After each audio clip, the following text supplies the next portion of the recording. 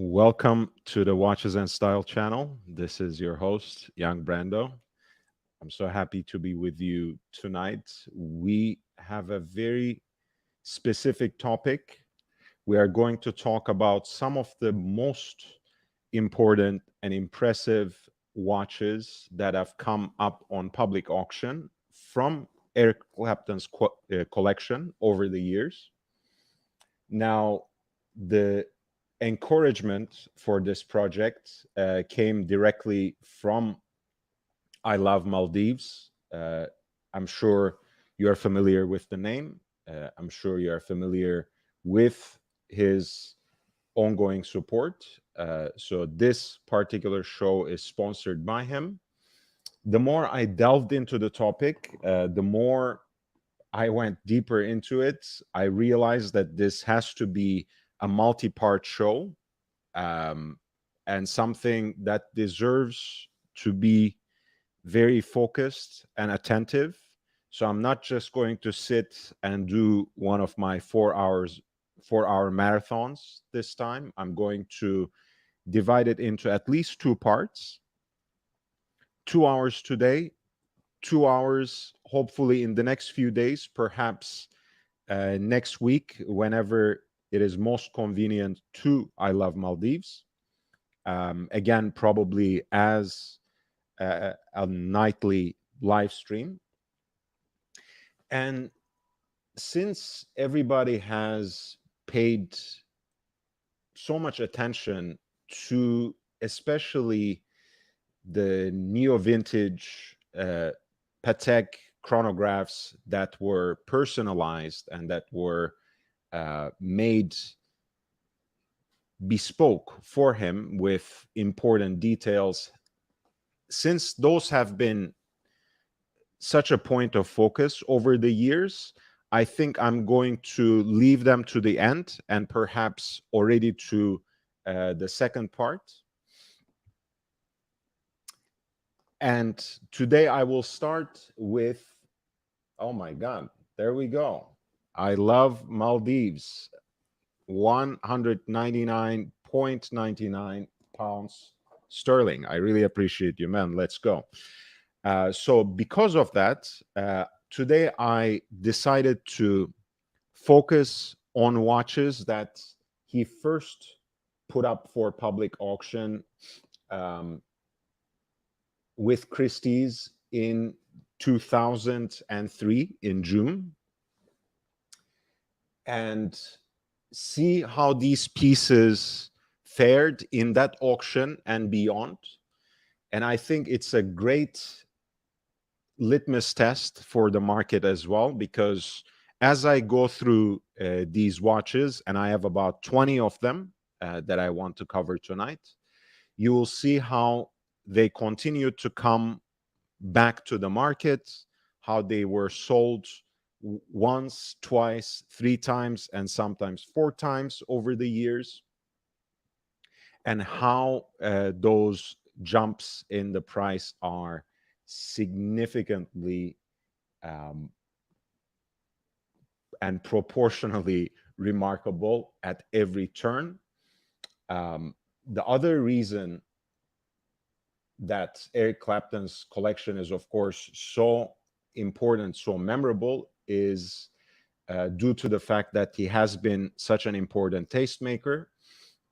I was just talking about how those Patek Philippe perpetual calendar chronographs, 3970s, he had about 3 variations of them, and the perpetual calendar split second chronograph, the 5004P, how those watches have traveled through time, how that customized detail of the italicized single Arabic numeral at 12 o'clock, what we call the Breguet numerals, have been so influential after the fact, to the point that Patek Philippe, for its 175th anniversary, when they did important exhibitions in London, actually created watches that had those Breguet numerals, or how the particular combination of a salmon dial and a white metal case, and that is the example of the 3970G that Eric Clapton chose, became a kind of inspiration for production models in Patek. How the interest in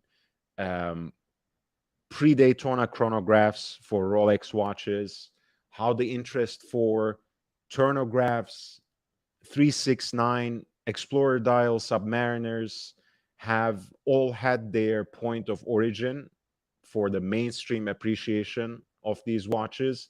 These are all some remarkable details.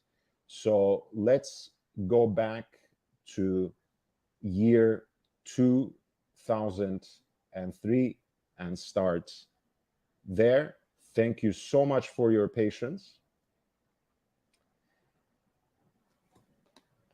June the 5th, 2003. This is a Christie's New York auction called Important Pocket Watches and Wristwatches, featuring property from Eric Clapton's collection. Numbers 165 to 161 to 185 were his watches. And you can already see from the title of the auction how the landscape was so much different, so radically divergent from our appreciation of wristwatches in the auction circuit. In 2003, he decided to auction off with Christie's 25 pieces from his collection, and they were all vintage pieces, 23 Rolex watches, and 2 very significant Patek Philippe's, one being a classic Tasti Tondi chronograph, the 1463 in pink gold, which is exceedingly rare, as they put it in auctions, and also this first generation of serially produced perpetual calendar, 1526 in yellow gold. But let's go back and talk about one of the more interesting and rare watches here, which is Lot 168, a Rolex Oyster Perpetual turnograph. We will have better pictures from later appearances of this turnograph in the auctions. So let me just start detailing them for you, detailing some of the features of this piece. It is produced roughly around 1954. It has a 35.5 millimeter case in diameter. And of course, it has an entirely graduated 60-minute timing bezel, which in its earlier iteration was, of course, an inspiration for the dive timer bezels for Rolex Submariners as well. The first time it sold from Eric Clapton's collection in 2003, this piece actually hammered at $27,500.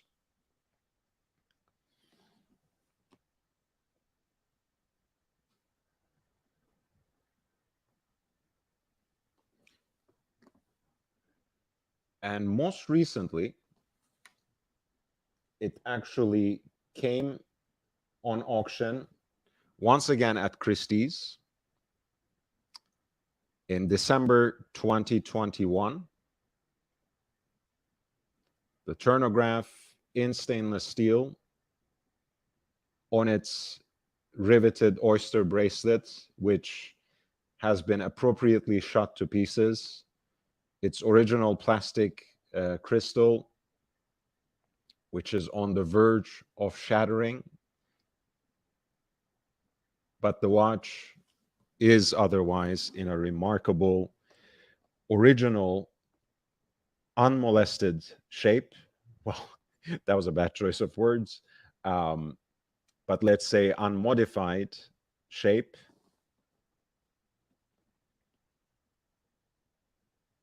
And it is really a beauty and a testament to the discerning taste of Eric Clapton in watches and beyond.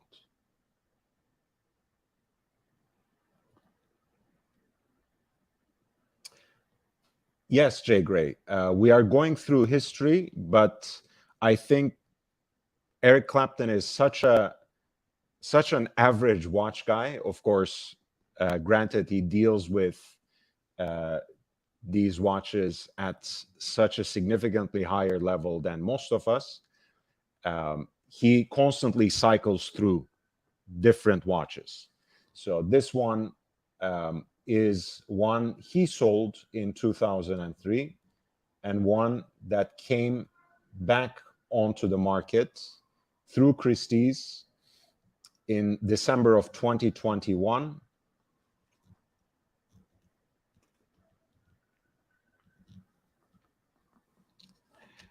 Right. And let me correct myself. When it sold for the first time in 2003, it sold for 7,763.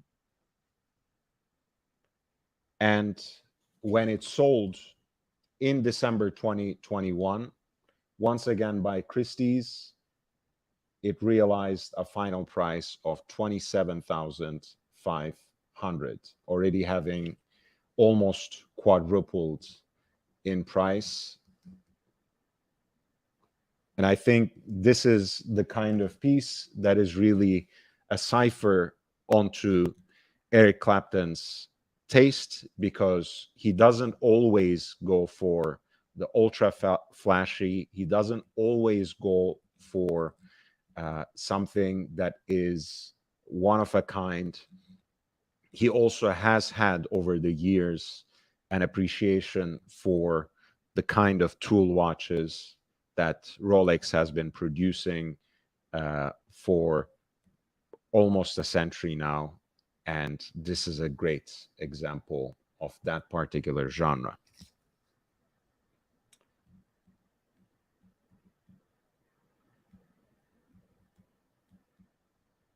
Number two is one of my favorite watches in his collection,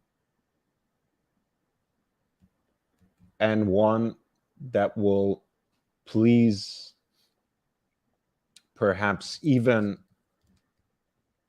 the harshest skeptic. This is the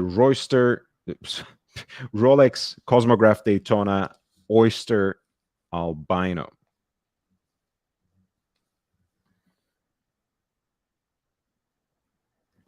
It was lot 178 in the 2003 Christie's auction.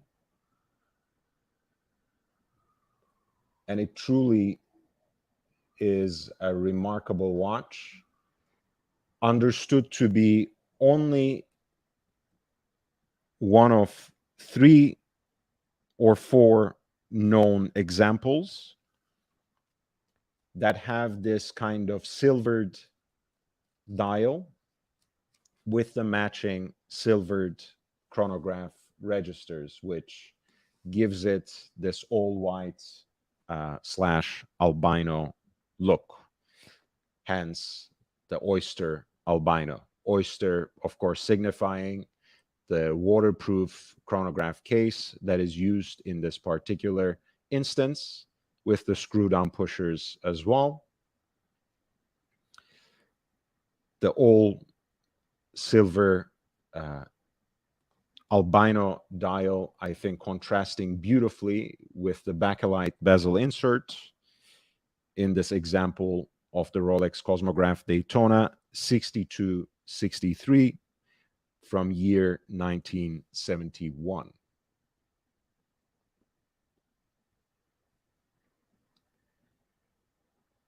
This piece, right out of Eric Clapton's own collection, was sold on June the 5th in 2003 for 50,190 US dollars. And of course, it shouldn't surprise, it came back to the auction circuit.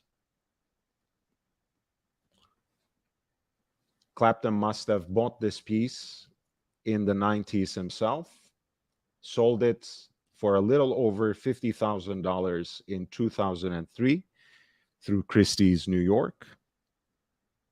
And more recently, in 2015, the watch turned up once again, this time for the inaugural watch auction at Phillips Geneva.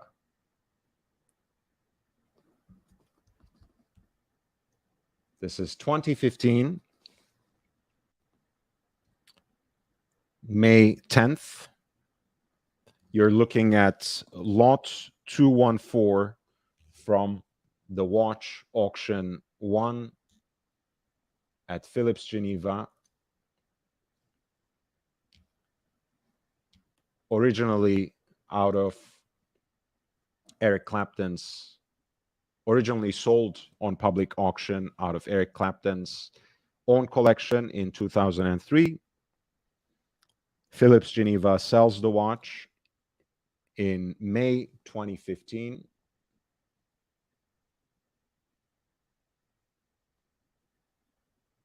for no less than 1,325,000 in Swiss francs.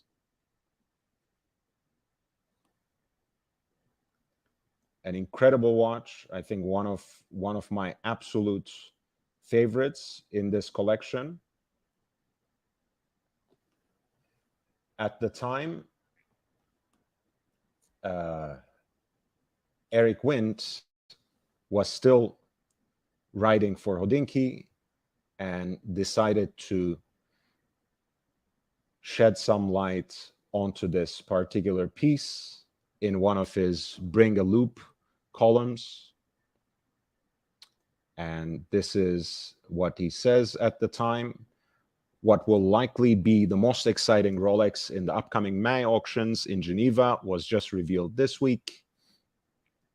Eric Clapton's Rolex Daytona with albino dial. This exact watch sold for 505,000 US dollars in 2008 after selling for 50,190 in US dollars out of Eric Clapton's collection. Fast forward to today, the big question is whether this will be the second Rolex Daytona to surpass $1 million at auction, which it eventually did, joining the Daytona RCO or Oyster Sotto that sold for over $1 million at the Christie's 50th anniversary of the Daytona sale in 2013. The key thing about this watch is its all silver dial. Only 3 are known. And another example was discovered by Eric Koo, based right here in Southern California as well. This piece, when it last came on auction, had an estimate of 500 to 1 million Swiss francs, as I mentioned, and ultimately ended up selling for 1,325,000 in Swiss francs. And there you have it. It sells for about 50,000 in 2003. In 2008, in 5 years, it sells for 10 times that amount. And in another 7 years, three more times than that, uh, appreciating an incredible, by an incredible factor of 30 times in 12 years. That is, in short, the story of Eric Clapton's Oyster Albino. Um, my apologies, by the way, guys, if you have any urgent questions. I don't pay as much attention to the regular chats today. I love you all. I see you all. I see you, as the Whiskey Reaper says. Um, if you have any urgent questions, if you want me to pay immediate attention to it, please feel free to super chat. But since this particular stream is supported, sponsored by, and dedicated to I Love Maldives, I will be focused on presenting these watches.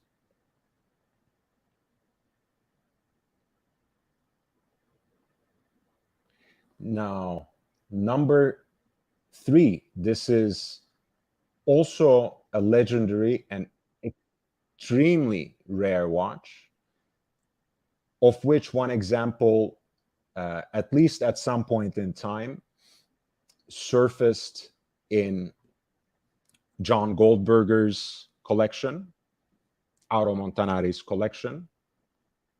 It's even made an appearance in that original episode of Talking Watches.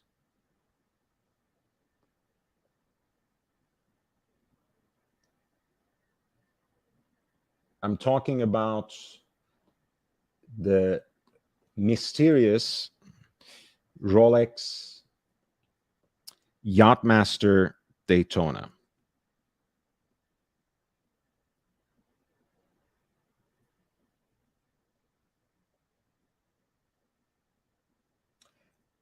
This was lot 181.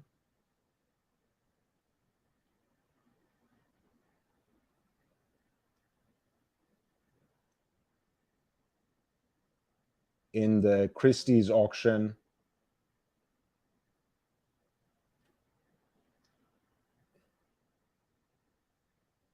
in 2003.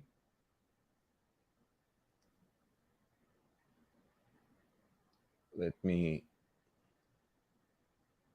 me get you that.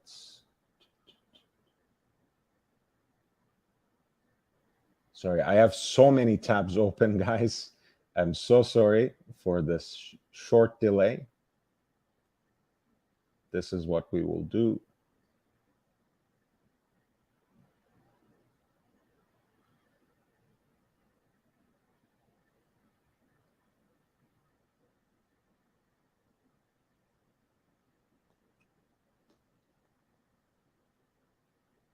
So you're looking at lot 181 of that point of origin, the June 2003 Christie's New York auction, which featured some 24 watches from Eric Clapton's personal collection.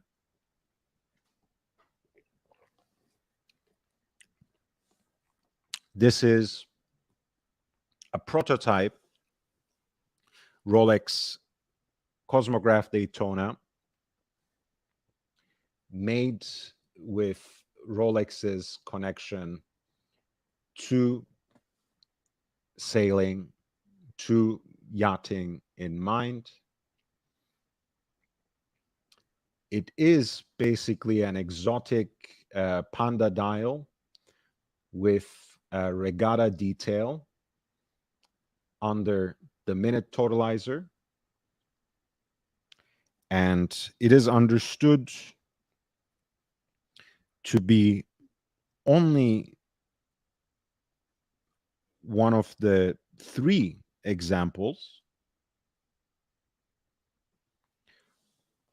Already then, its value was well recognized.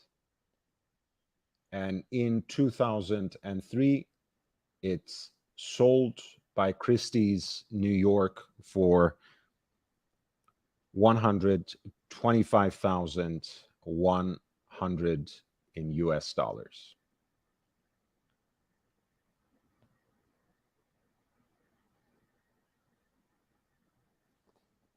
And as I mentioned,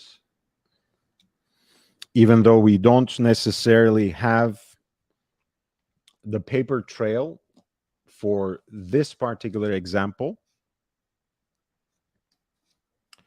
I know that Philipp Stahl, the famous Rolex collector who is on Instagram as Rolex Passion Report, has one. And as I mentioned, at least at the time of filming this video, which was already about 10 years ago, the first episode of Talking Watches, John Goldberger, too, had an example.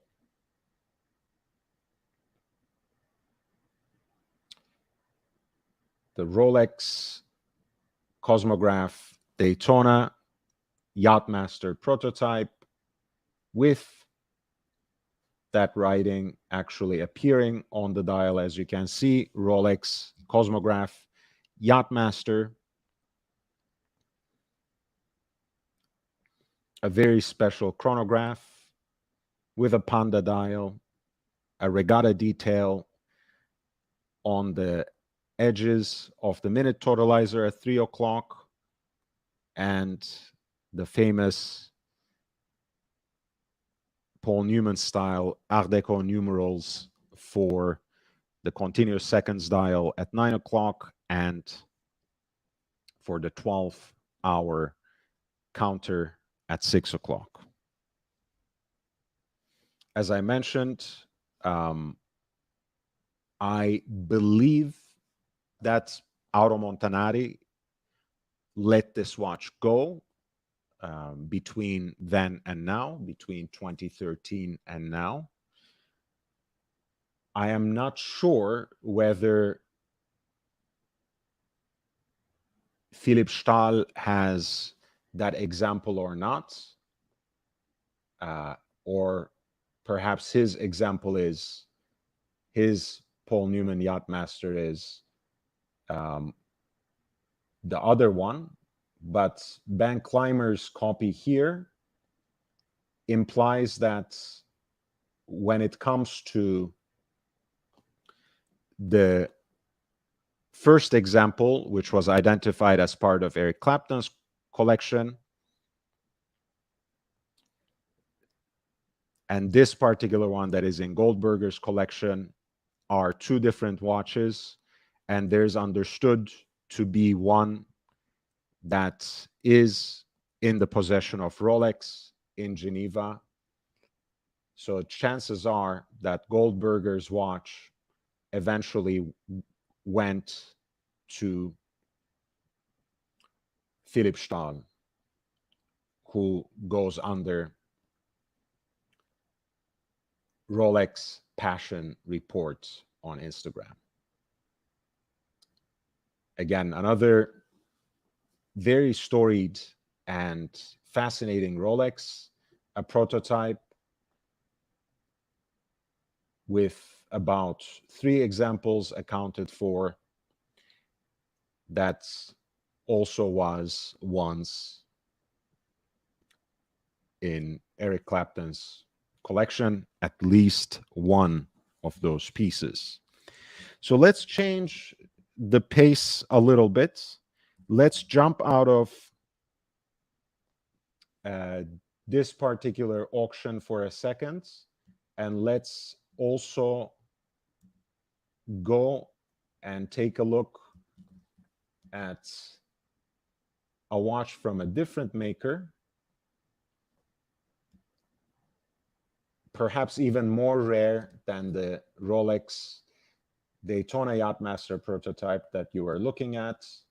This is the Patek Philippe reference 2499 line 100, or otherwise known as 2499P.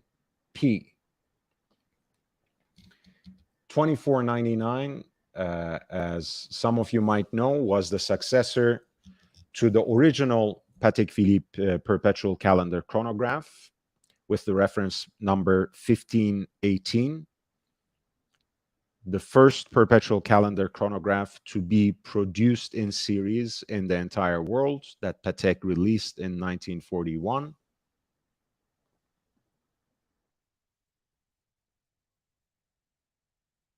Patek replaced 1518 with 2499, which had a production run from about 1950 to 1985.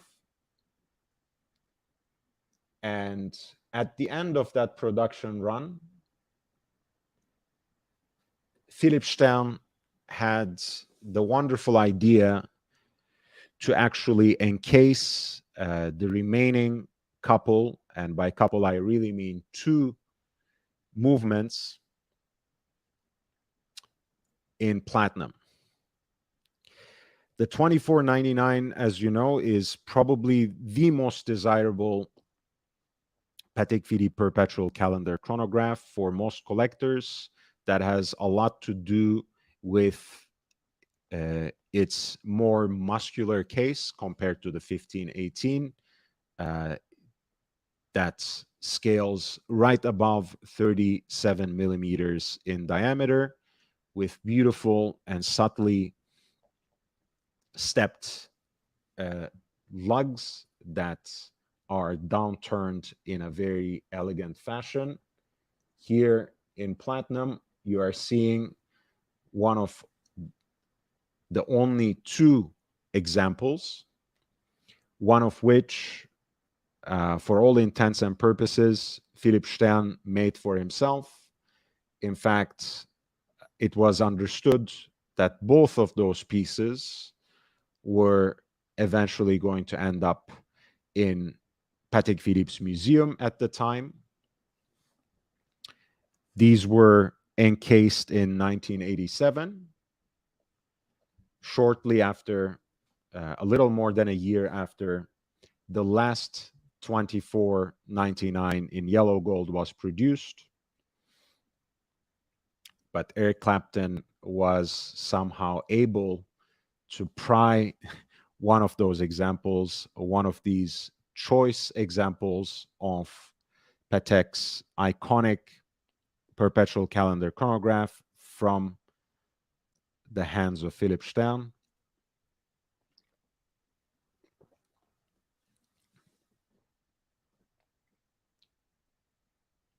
But he wasn't going to keep it forever. So in 2012, he sold it once again with Christie's as part of an auction called Important Watches, including a gentleman's pursuit for excellence. And as lot 151,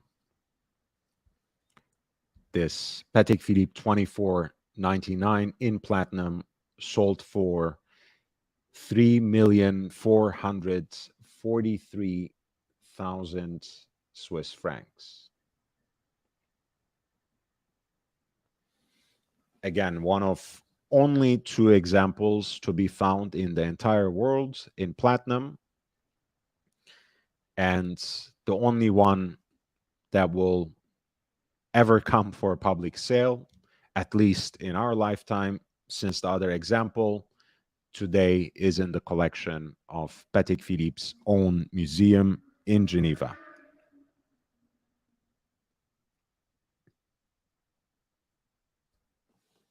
Now, it turns out that this watch is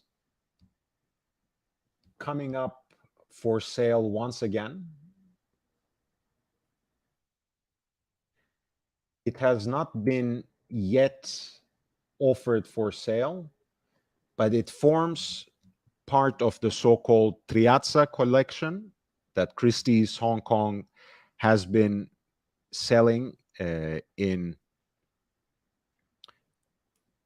distinct parts. I haven't been able to find this one coming up for sale yet, which probably means it hasn't happened. But if I did miss it, please feel free to alert me. But I think Christie's Hong Kong is yet to put this one up for auction once again after its most recent sale in 2015. This is how they describe it. It's always a thrilling moment when a truly world-famous wristwatch of almost mythical status returns to auction. Not seen in public for over 10 years as a highlight of a highly important private collection, meaning Eric Clapton's own collection, and that was in 2012. I apologize for my slight mistake there.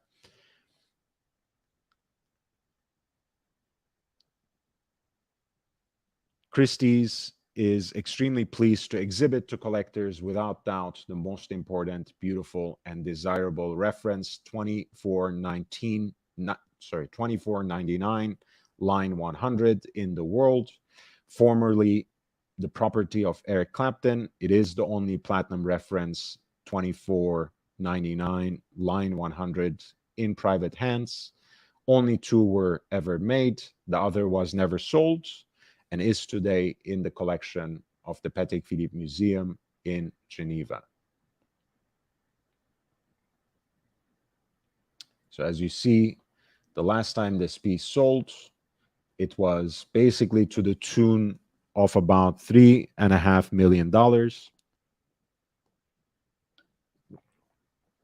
And it might be coming up on the market yet again quite soon. Really incredible watch, and I'm so happy that it allowed us to change gears for a little bit. As much as I am a Rolex fanboy, and as much as I love talking about that original 2003 auction, I think this was an exceptional watch that hasn't been paid enough attention for the time being. So I wanted to highlight how Eric Clapton ended up acquiring it and how he ended up selling it now for a little more than a decade ago. And it might be coming up for auction again soon through Christie's Hong Kong as part of the Piazza collection. Now, the fifth watch that we are going to talk about today is another Patek Philippe, this time a chronograph, pure and simple. If it can be said to be pure and simple, it is really a pure example of design. The famous Tasti Tondi with its characteristic round pushers that have that slight conical top with the guilloche decoration. One of the most iconic chronographs of all time, still serving as an inspiration for neo-vintage design today. When you look at pieces from Fulham Marie, Dan Henry, and others, who, especially through mecha quartz movements, produce today vintage-inspired chronograph wristwatches. They have been looking at this particular piece, and it shouldn't surprise because it is genuinely one of the most beautiful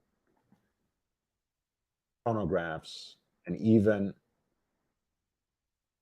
one of the most beautiful pure dress watches ever made.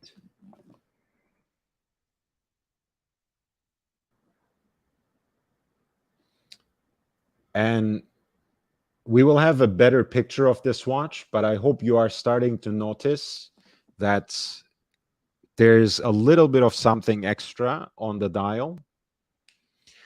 I don't mean the beautifully applied Roman numerals at 12 and 6 that are combined with these dots for the rest of the hour markers.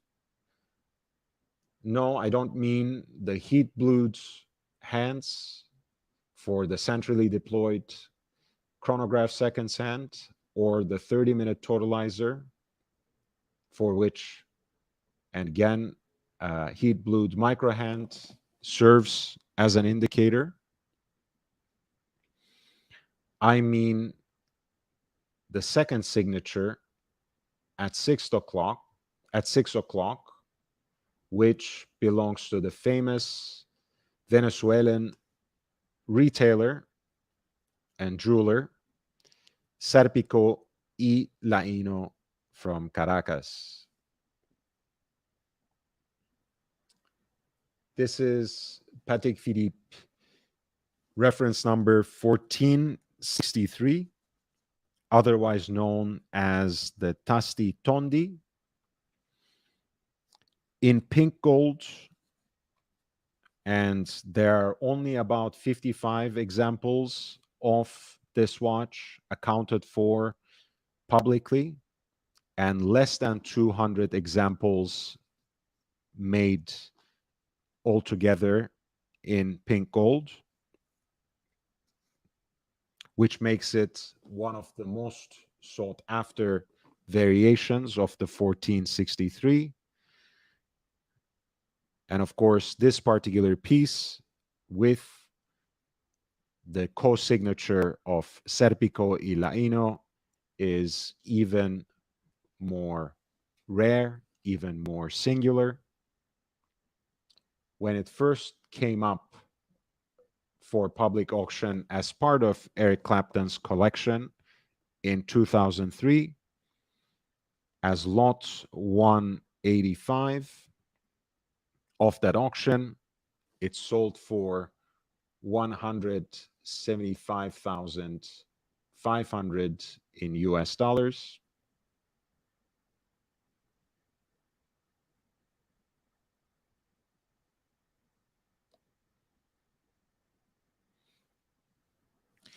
But as is the case with many of the most interesting watches that came out of Eric Clapton's collection, this watch came up for sale 2 more times in the recent past.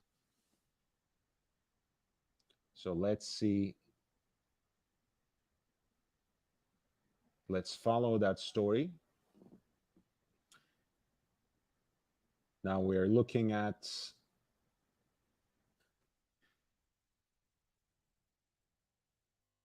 (2007), 4 years later.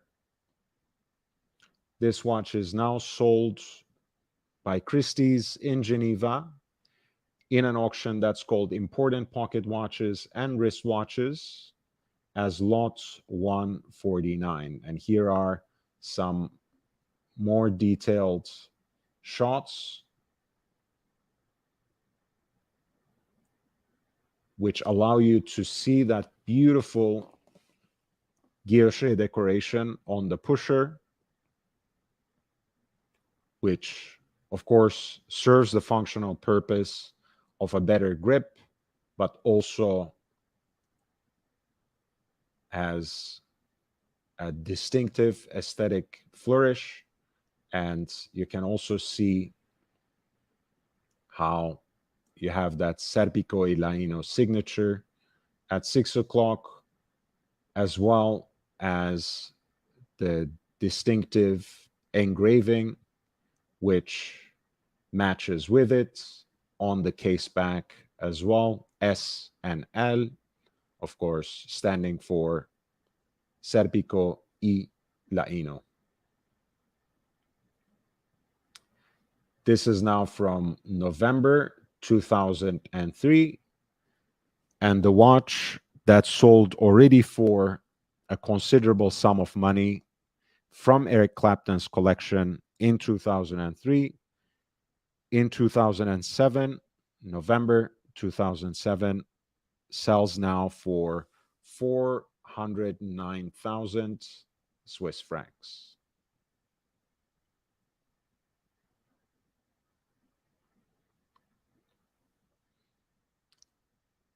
This was 2007. And once again, we mentioned how there are only about 55 examples of the 1463 in pink gold that are publicly accounted for. And the total number of production is assumed to be less than 200 pieces, or right around 190 to be more specific. But 2007 at Christie's Geneva was not the only time when this watch appeared in public auction after Eric Clapton sold it in 2003. More recently, in 2019, this piece came back on auction.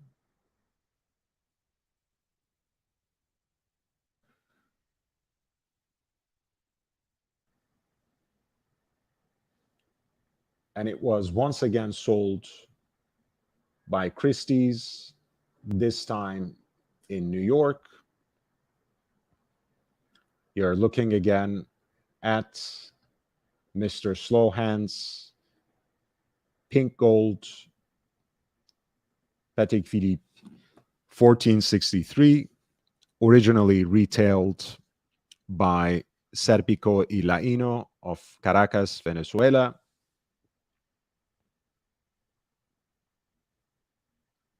Oh my God. It's gonna make me cry. It's so beautiful.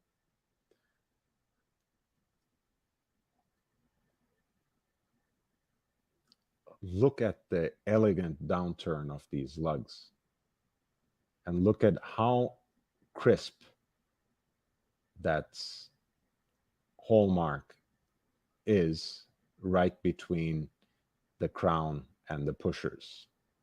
And just this angle anyways, do you see how perfectly aligned and proportioned those two chronograph registers are with the crown? It's just perfection.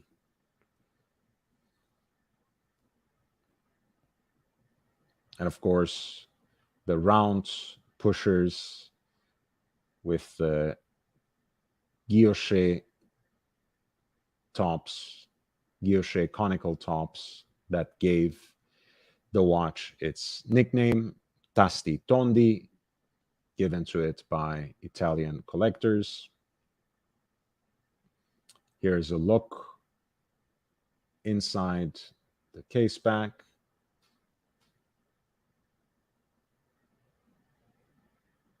And of course,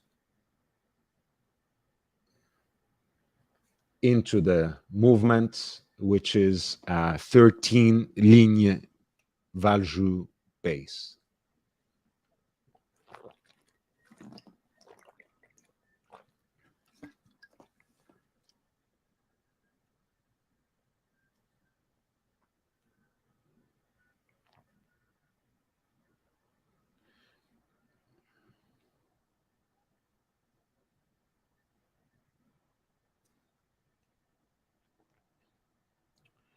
This particular piece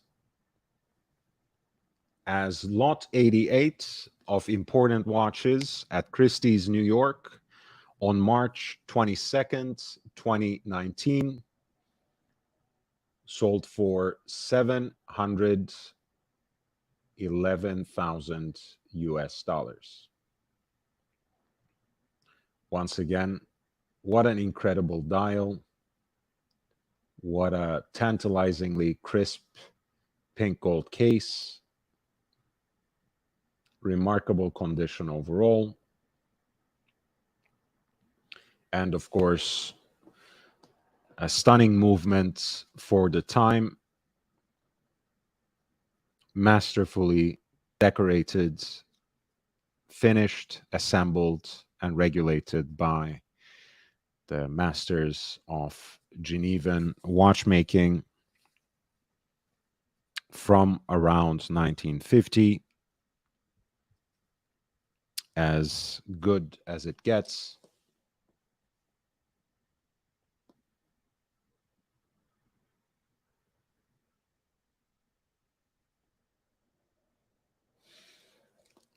The Patek Philippe 1463R, co-signed and retailed by Serpico e Laino, finally sold in March 2019 for 711,000 US dollars.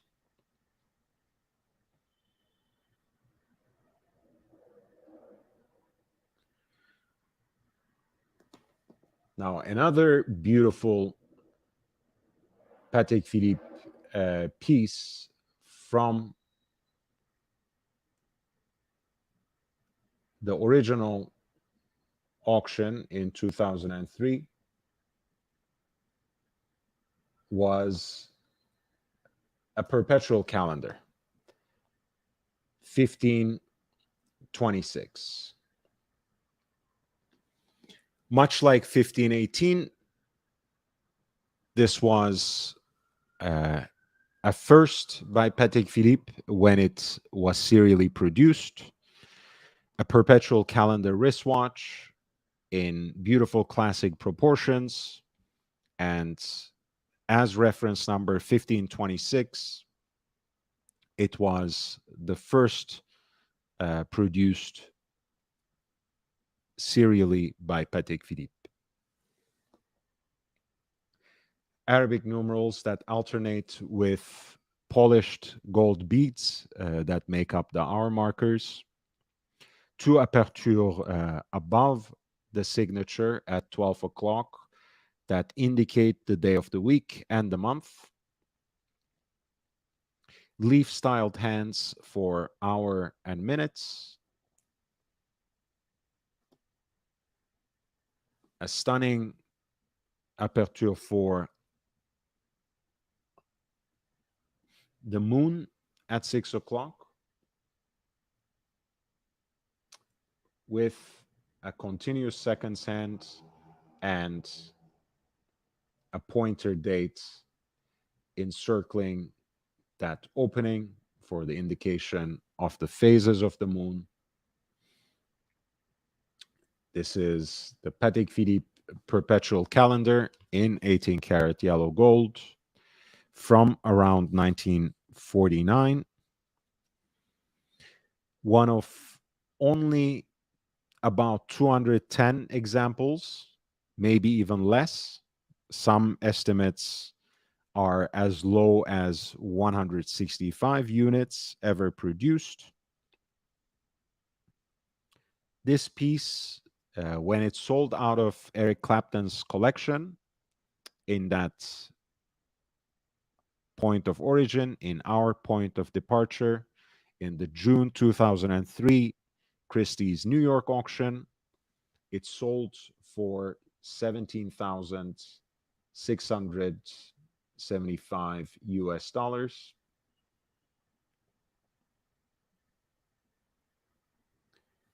But this wasn't the last time we were going to see this watch. because it came back actually as recently as last year in another Christie's auction.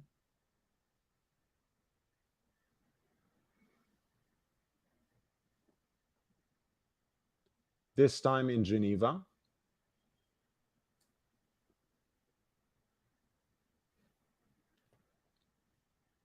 Christie's rare watches sold on May 9th, 2022.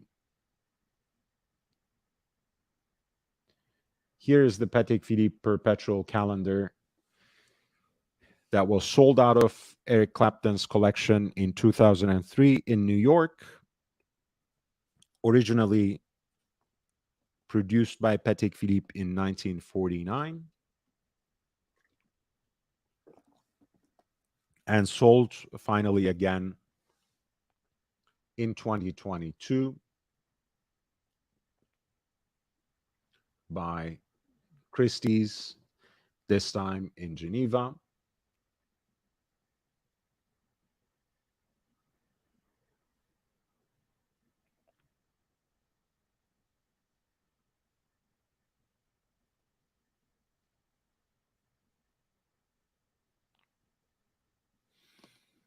As it turns out, it also has a very distinctive engraving on the case back. Craig R. Schaefer, Fort Madison, Iowa, 1950. Presumably belonging to or dedicated to the original owner, since the watch was produced in 1949.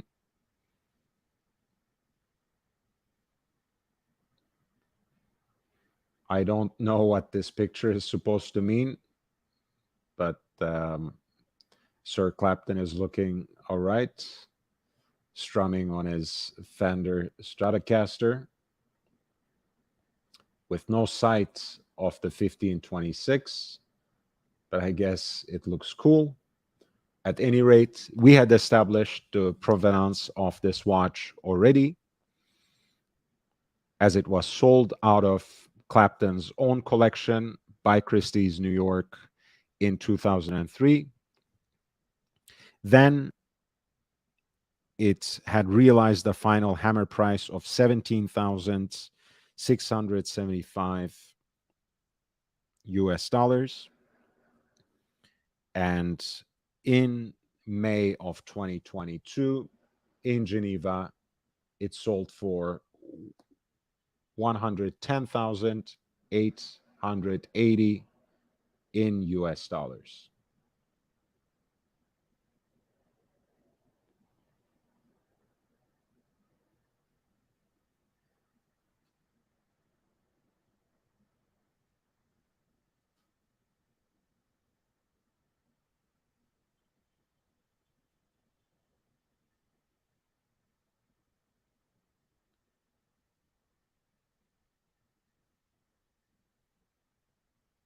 It's really a fascinating story how some of these watches that Eric Clapton initially, quote unquote, offloaded in 2003 still continue to appeal to contemporary tastes and still continue to sell for remarkable sums of money on the public auction circuit.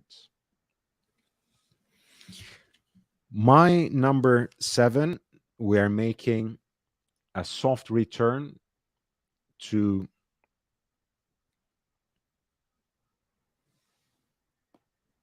a Rolex, and we are making a return to one of my favorite Rolexes of all time, and certainly one of the most complicated Rolex wristwatches to be ever made. This is lot 180 From the Christie's 2003 auction, a Rolex triple calendar chronograph, reference 6236, the Dato Compax anti-magnetic, also known famously as Jean-Claude Killy, having been nicknamed after the famous Olympic skier.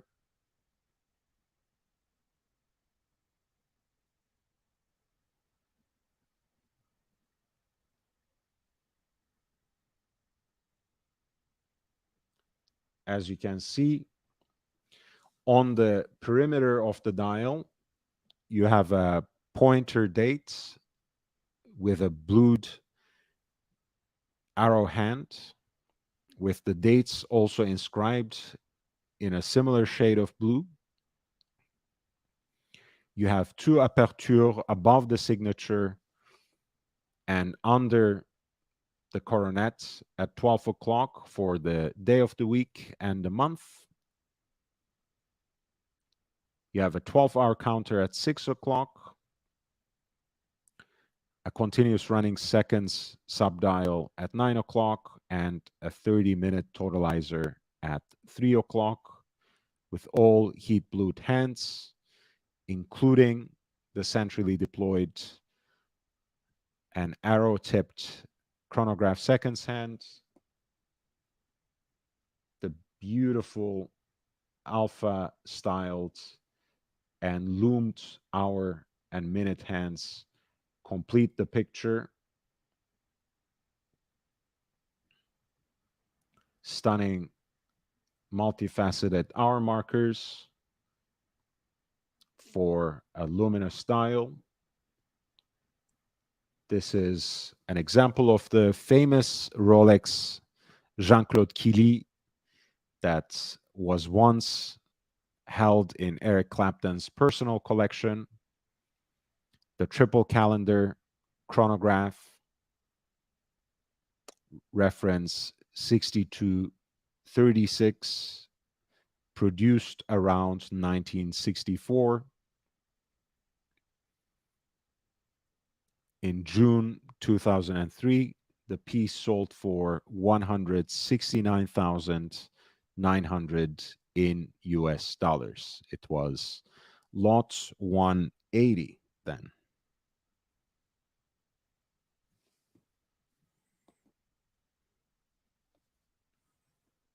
Now, that piece was not the only interesting Rolex watch, Rolex complicated watch, so to speak, in that auction. And within that collection, there's actually two stunning examples of the same reference number back to back. And they are both beautiful in their own way. You're looking at lot 182. This is a Rolex triple calendar with phases of the moon in stainless steel on a matching Jubilee bracelet.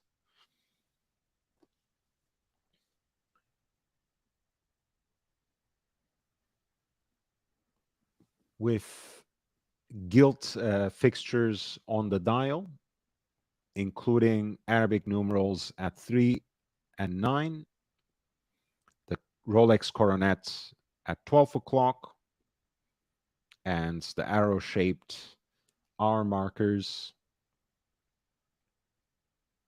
At 6 o'clock, you have a subdial for the seconds, which encompasses the moon phase indicator, a pointer date that indicates the date along the perimeter of the dial, and the day of the week and the month, peeking through the two wickets between the signature of the brand and the inscription of chronometer certification. A very beautiful watch that has kind of a sporty feel to it. And you will see why I emphasize that when you see the example in gold, because it really has a very different character. Our number 7 was the Rolex Dato Compax reference 6236 Jean-Claude Killy. This is number 8.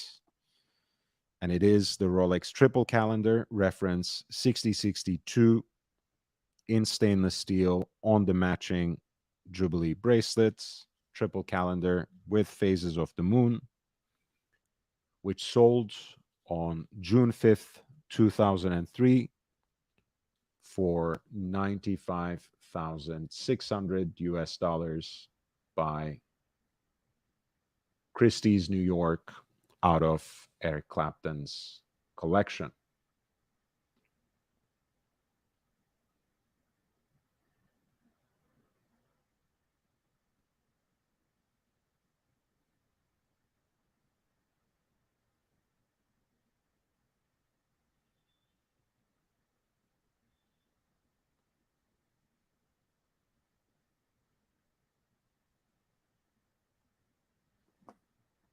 Now, next to it, at lot 183, we had an example of the same watch in yellow gold,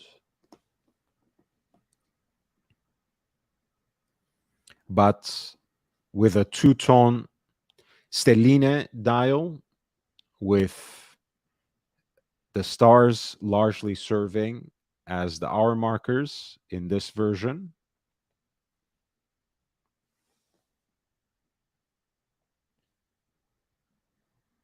The stainless steel example was from around 1953. This yellow gold example is from around 1954.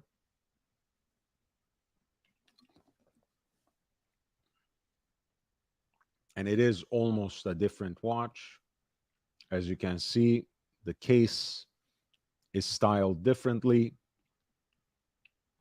The dial is designed in a radically divergent way, in a much more embellished and decorative manner, in a way that really puts this watch's dressy or jewelry-like status under emphasis. This was lot 183 in that June 2003 Christie's New York auction, and it sold for 86,040 in US dollars.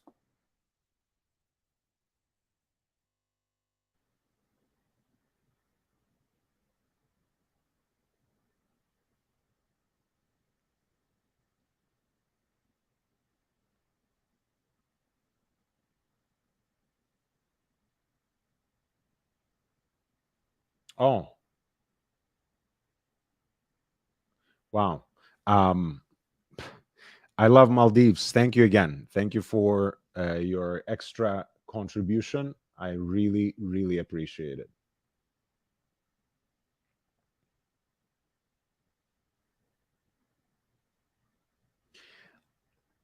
I think Captain Kirk, they have over time disintegrated and taken on that kind of color. I think they were supposed to be luminous originally.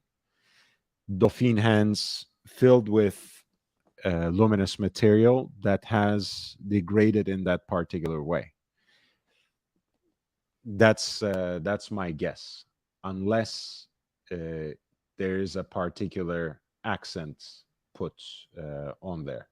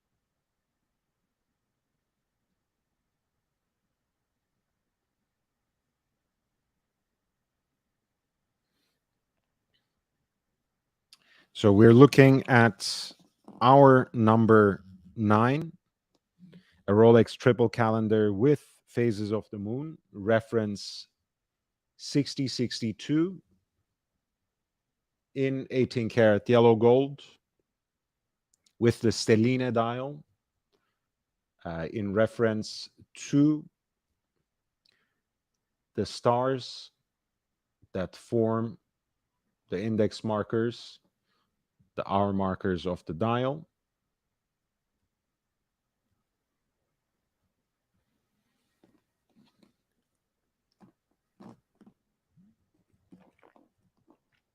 And the watch really has a distinctly different feel compared to the stainless steel model that we were just looking at.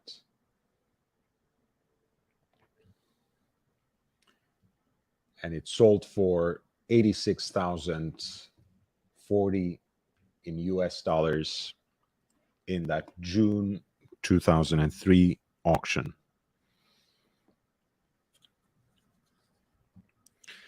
At number 10, we are actually going to touch on, again, one of my personal favorites.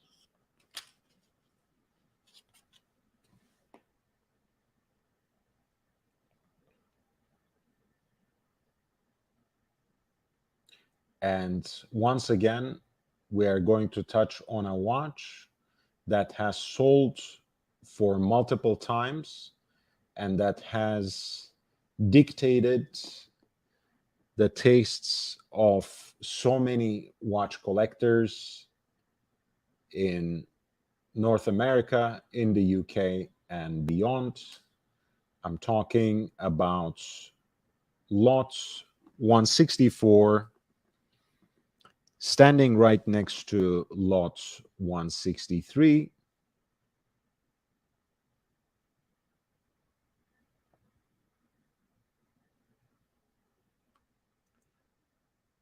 Of course, both of these pieces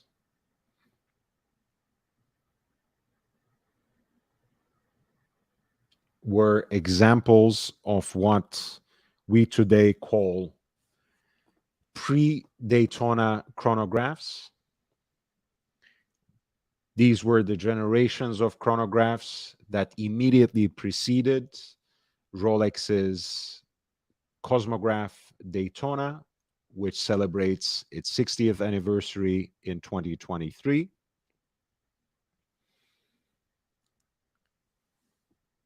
These reference 6034s are distinguished by the multimeter scales on their dials.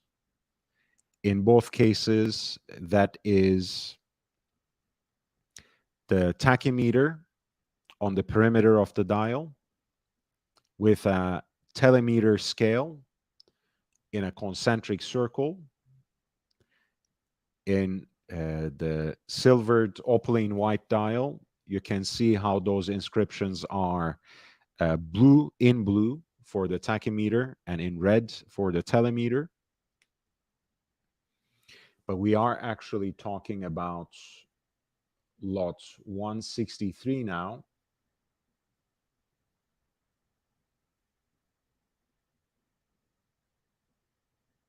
Sorry, lot 164 now, which is the black dial that has, over the years, taken on this warm, wonderful, and romantic tobacco brown shade. We'll have better pictures of this watch in the later auctions when it sold time and again. But here's how it was presented next to its sibling in that June 2003 auction, where Eric Clapton sold more than 2 dozen pieces from its collection of vintage Patek Philippe and Rolex watches. And as lot 164 in that auction, This Rolex pre-Daytona chronograph with the tropical dial, reference 6034, sold for 37,045 in US dollars.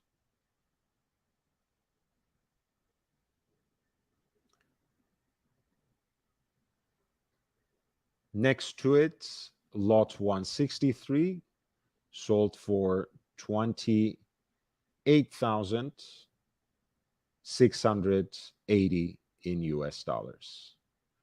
Now, in about a decade later,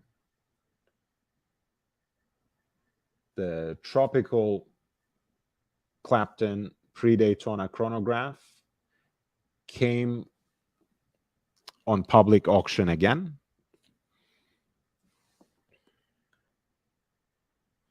with its stunning stainless steel case with a 36 millimeter diameter, a multimeter scale on a dial that was once black but has patinated into this warm, gorgeous tropical brown shade of coffee or tobacco.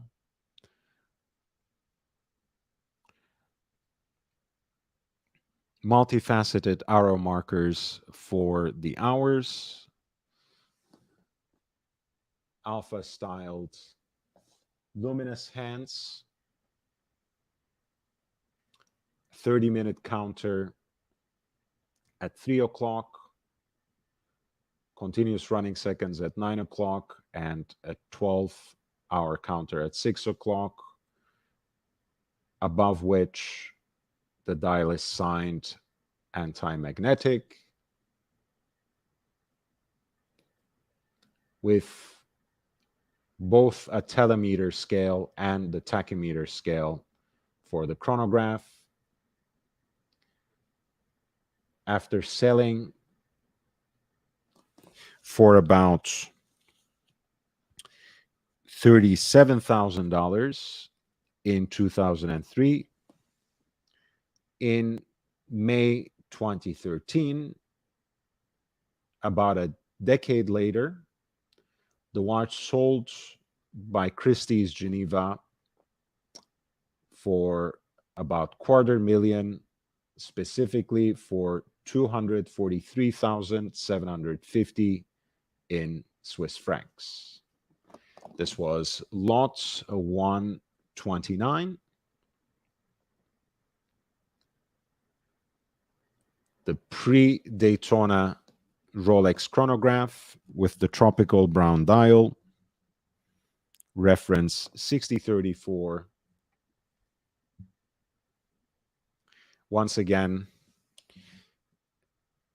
basically selling for multiple times the original amount, this time to the tune of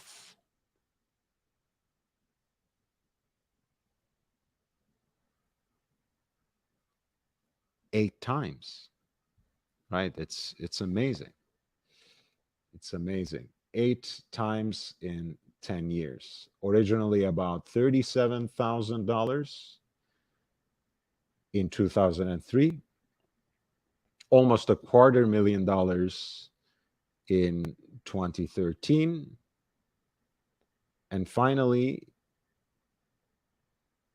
well, not finally, but next time it came on public auction once more, once again at Christie's, this time in New York, for an evening of exceptional watches in the December of 2017.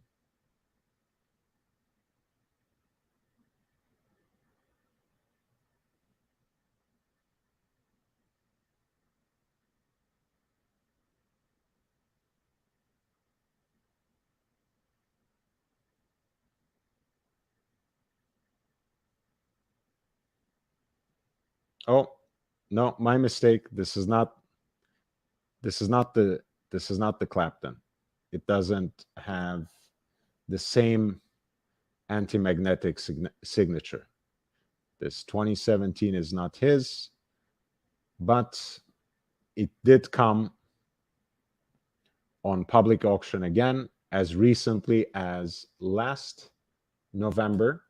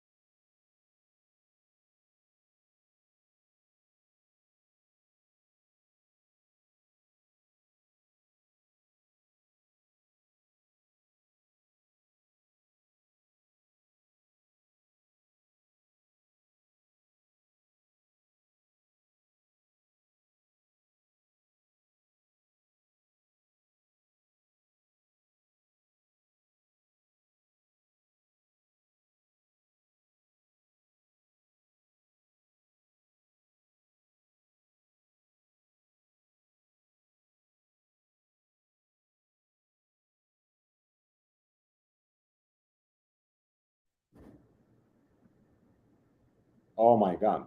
Um, oh wow. Shit. Guys, thank you for your patience. Huh? The sound was apparently off. I'm so embarrassed. And this has been giving me problems for quite some time. I do apologize. I will change the cable again.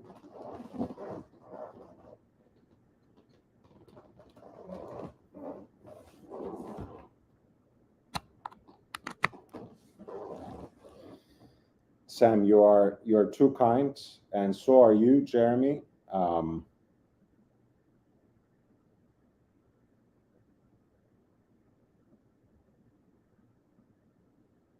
I will.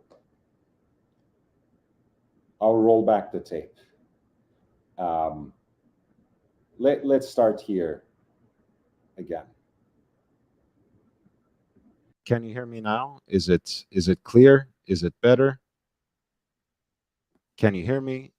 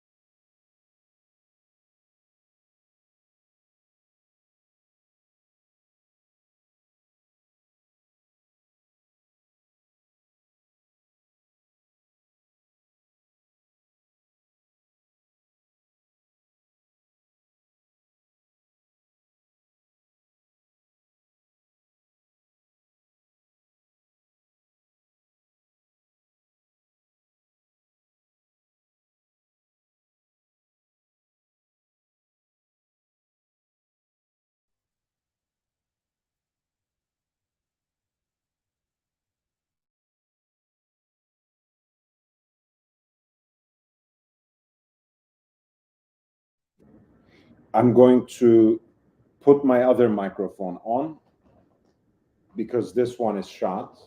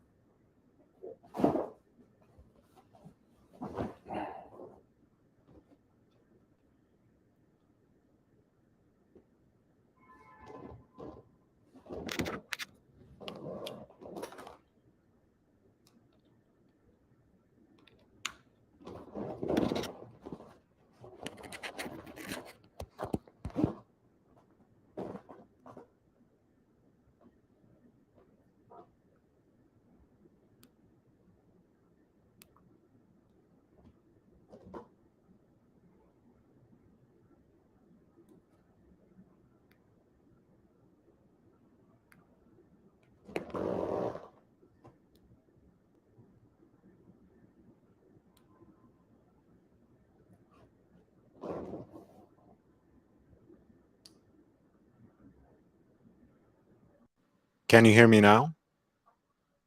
Can you hear me? Is that okay?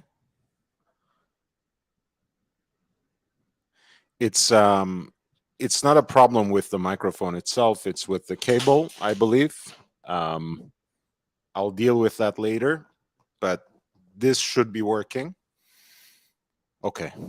Amazing. All right.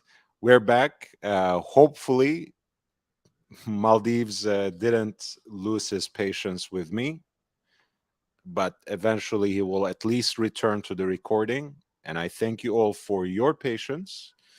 Um, Maldives, if you are there, please write something in the chat.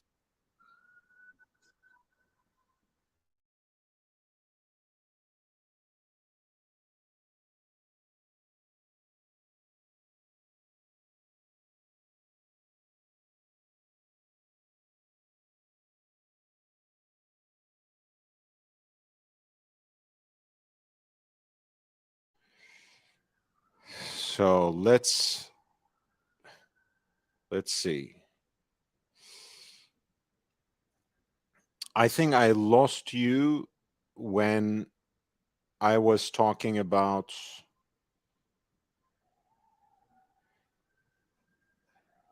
the two sibling chronographs, the two Rolex pre-Daytona chronographs from the original auction. Did you guys end up hearing anything about these two?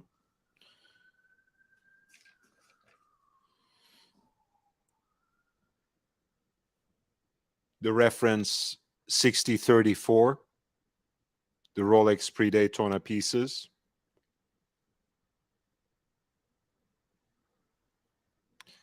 Okay, let's go from there.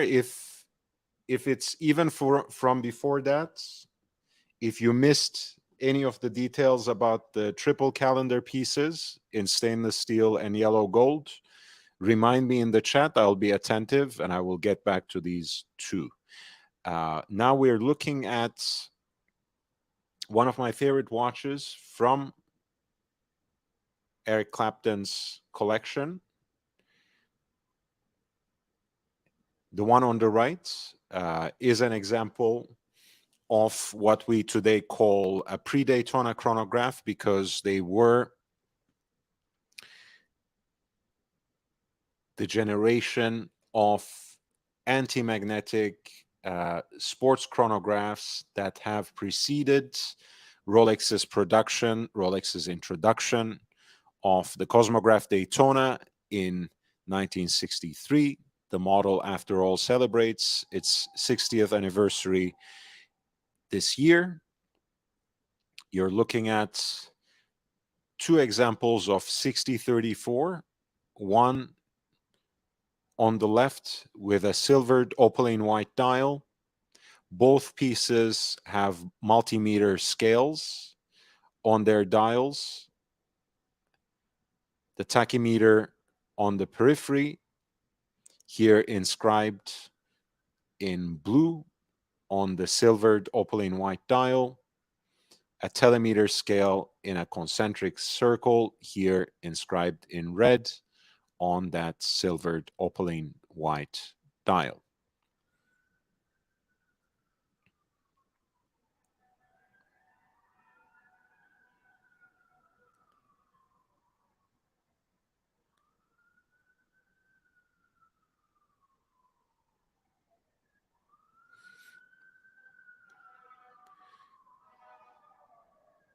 The black one is of particular interest to me because it came up in auction time and again.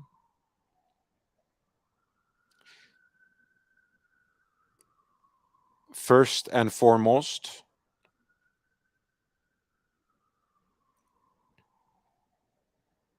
it was sold as lot 164 in the original June 2003 auction. And the price realized at the time was 37,045 US dollars for this piece, which started its life with a black gilt dial that has taken on this soulful patina of a tropical brown or tobacco brown shade. In that same auction, as lot 163, its sibling with the silvered opaline white dial sold for 28,680. Now, in about 10 years, as lot 129 of important watches by Christie's,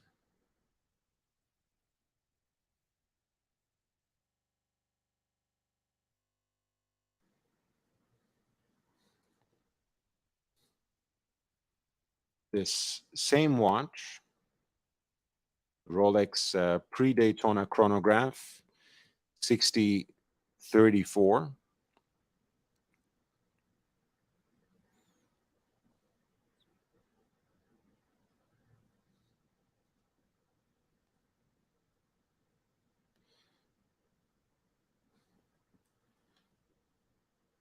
sold for almost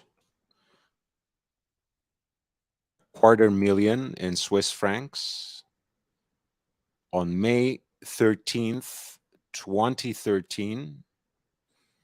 This stunning example of the Rolex pre-Daytona chronograph, reference 6034, with a tropical brown dial, multimeter scales, sold for 243,750 in Swiss francs. Once again, we are seeing a piece that once belonged to Eric Clapton's collection that has risen in price by a factor of 8 in about a decade.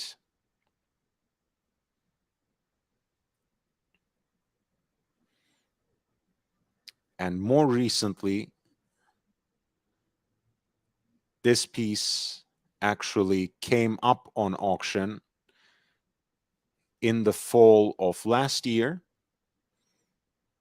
namely in November of 2022. And this time sold for a little less, but I think the interest in this watch is not limited to the fact that it has once belonged to the collection of none other than Mr. Slowhand. As you can see here, It is also beautifully matched in this presentation by Phillips of Geneva with a vintage styled tobacco brown calfskin leather strap with double end stitching, which really brings out all the vintage charm out of this watch.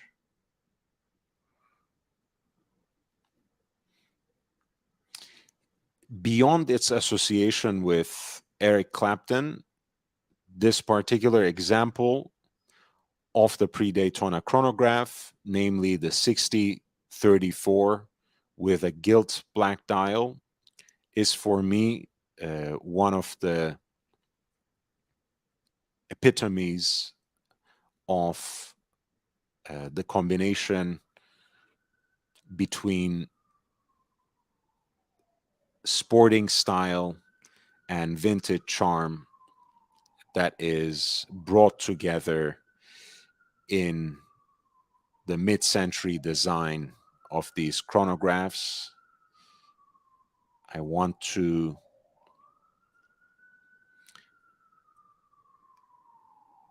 share a few more words about this watch that were unfortunately taken away from me by that minor technical difficulty.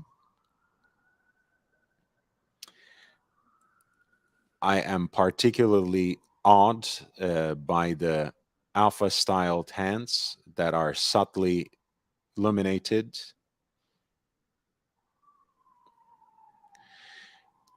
The 6034s are becoming increasingly difficult to find in stellar condition since they are relatively rare, more limited in number than, say, a Paul Newman Daytona.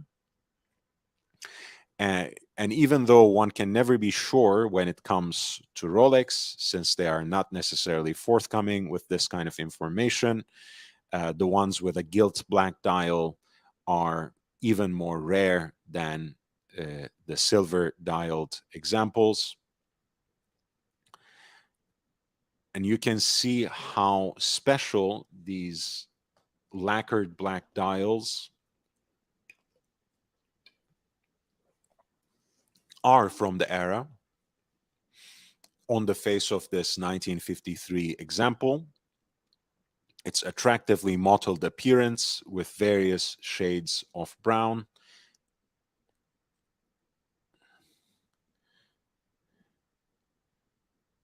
is only enhanced by how the gilt writing of the multimeter scale, tachymeter, and telemeter shines through the lacquer in negative relief.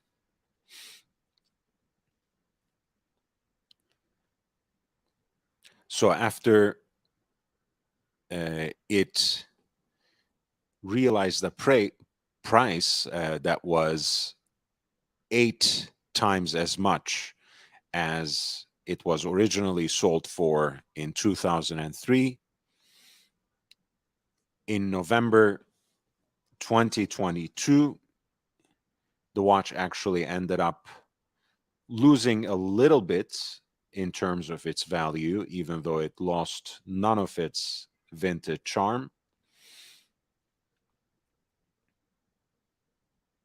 On November 5th, 2022, it actually sold for 189,000 Swiss francs.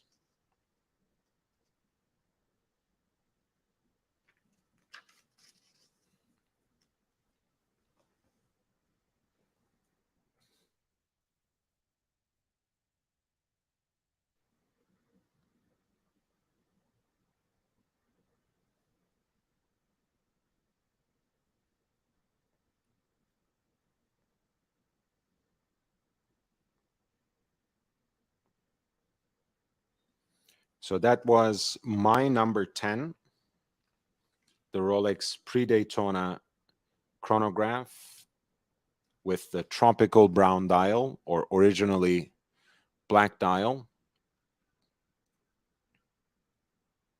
which came back time and again, and most recently sold for 189,000 in Swiss francs, having been originally sold from Eric Clapton's collection for about $37,045 by Christie's New York in 2003. My number 11. I know you are probably tired of me saying, this is my favorite, that is my favorite, this one too is my favorite, but I can't get enough. Once again, we are going to see a piece that was originally sold in 2003 and that came up publicly on sale again, catching Eric Wynn's attention when he was still writing the Bring a Loop column for Hodinkee, and we are going to talk about that. This is lot 167 from the June 2003 auction, and it is a classic Submariner two-liner, reference 5513, with the so-called Explorer dial with the 369, the Arabic numerals on the dial. It is an absolutely amazing example of a cross between two iconic Rolex sports models, namely the Submariner and the Explorer. This particular piece is from around 1967.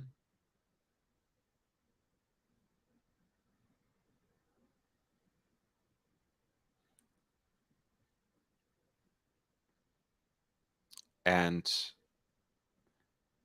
it is an absolutely amazing example and something that we don't see talked about much coming out of Eric Clapton's collection, because once again, a lot of people talk about his personalized examples of Patek Philippe perpetual calendar chronographs, his one-of-a-kind 5004 P platinum perpetual calendar split seconds chronograph with that dark blue sunburst dial. We talk quite a bit even about his Rolex chronographs, whether it is the triple calendar chronographs, pre-Daytona chronographs, and even some of the Daytonas that I will bring up towards the end of this presentation. We don't talk enough about the classic tool watches that have always been, in some shape or form, part of Eric Clapton's collection. And I think the Turnograph with which I opened the show, and which is right here in this picture as lot 163, and the Submariner reference 5513 with the Explorer dial.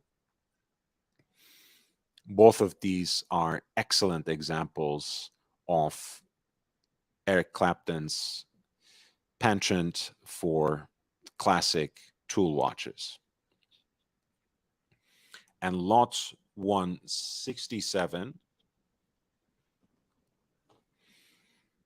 when it first came out for public auction out of Eric Clapton's collection, sold for this appallingly low price. You would have a hard time getting really any Submariner in decent condition for 4 figures today. But Clapton's own Submariner in this rare iteration with the 369 dial, with the Explorer dial, actually sold for less than $10,000 in June 2003.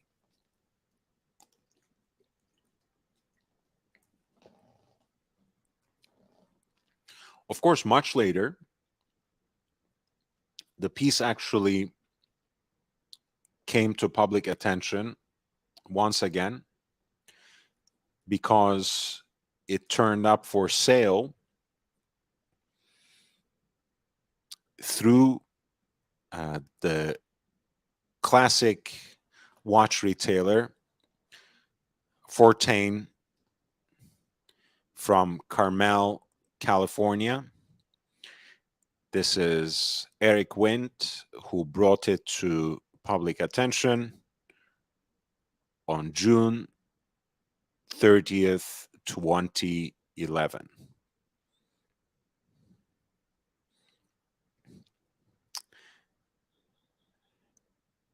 And this is what Eric says: when it comes to the world of vintage Rolexes, few watches short of a reference 4113 chronograph can compare to that of a Rolex previously owned by a celebrity, especially a celebrity known for his proclivity for fine watches.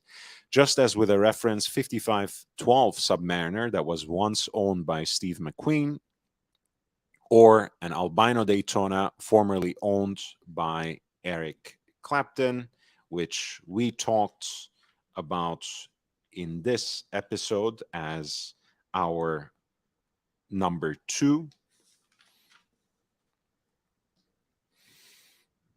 The watch we have today, and this is my number 11, will undoubtedly sell for lots of money because it is quite rare and it was owned by Eric Clapton yet again. Since this was actually a private dealer, once again from Carmel, California, Fortane or Fortin, I don't know how you actually pronounce the name of that retailer, even though it is rightly famous. The Clapton watch is perhaps even cooler, Eric Wendt opines, than the albino Daytona, a reference 5513 Submariner with an Explorer dial. They have only become more appreciated by collectors in recent years, Eric writes in 2011. And he reminds us that it was initially sold on public auction at an epic sale, which we covered in some detail tonight, by Christie's in 2003, which featured 25 of Clapton's watches, 23 Rolexes, and 2 Pateks.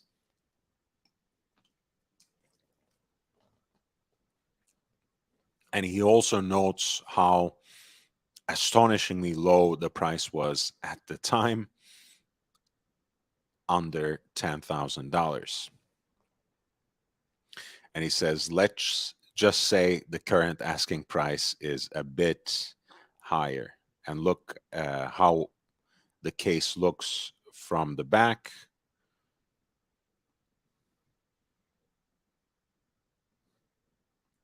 Quite substantive. And this is a full frontal view of the 4-digit Rolex Submariner with the Explorer dial that once belonged to Eric Clapton.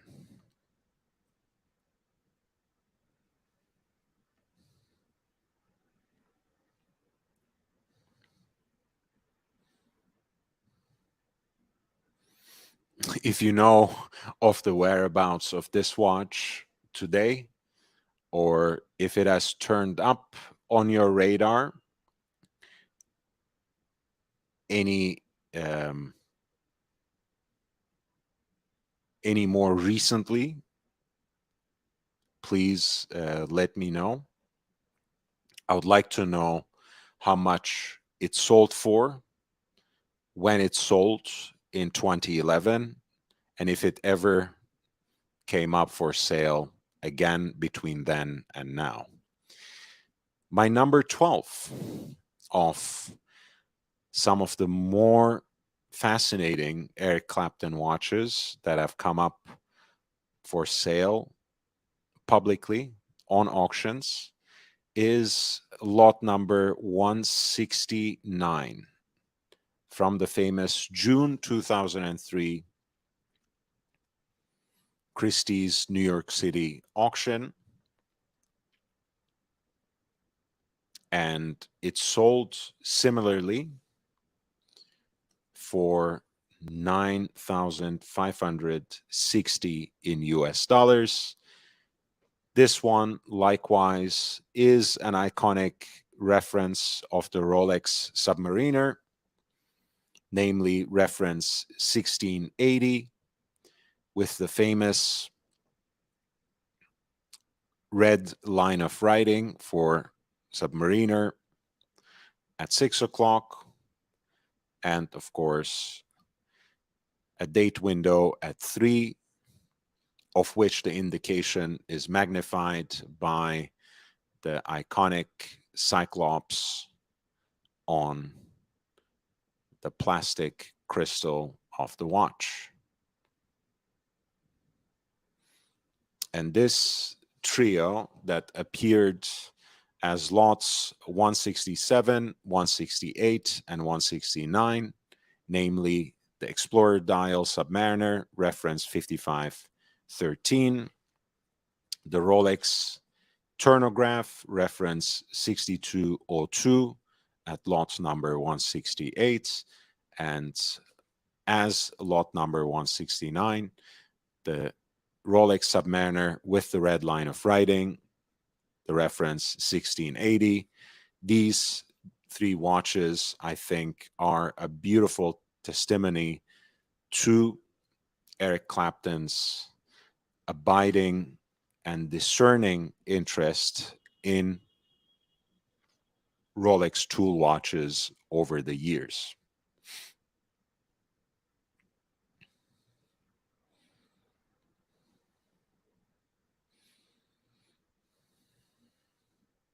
Now, I want to return as I wrap up to some of the other pieces that were sold on June 5th, 2003. We have about 15 more minutes. So if you have any questions about the pieces that have appeared on these auctions that I've talked about in this live stream, please feel free to direct your questions now.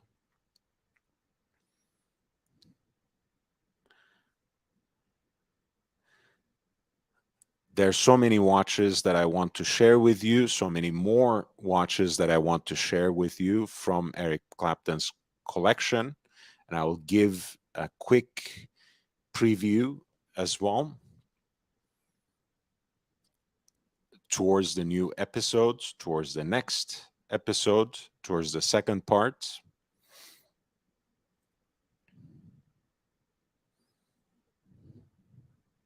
Thank you, Plastic. Nice to see you, by the way. But I want to show you guys now perhaps a few more classic Rolexes from Eric Clapton's collection. Let's look at these two beautiful gold pieces. First up is reference 176. This is a Rolex Oyster Cosmograph Daytona made for the American markets from around 1974.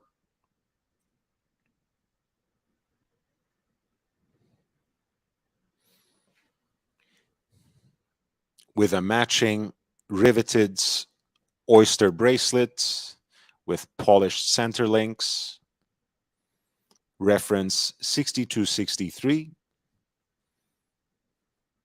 with a black dial and champagne tinted chronograph registers,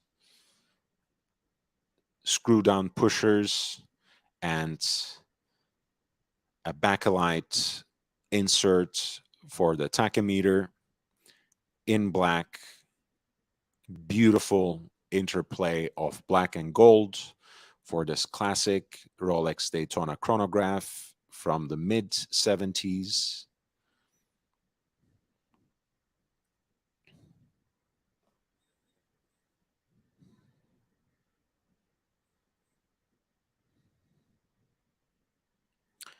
Again, distinguished by its 14 karat yellow gold alloy for case and bracelets for the US market.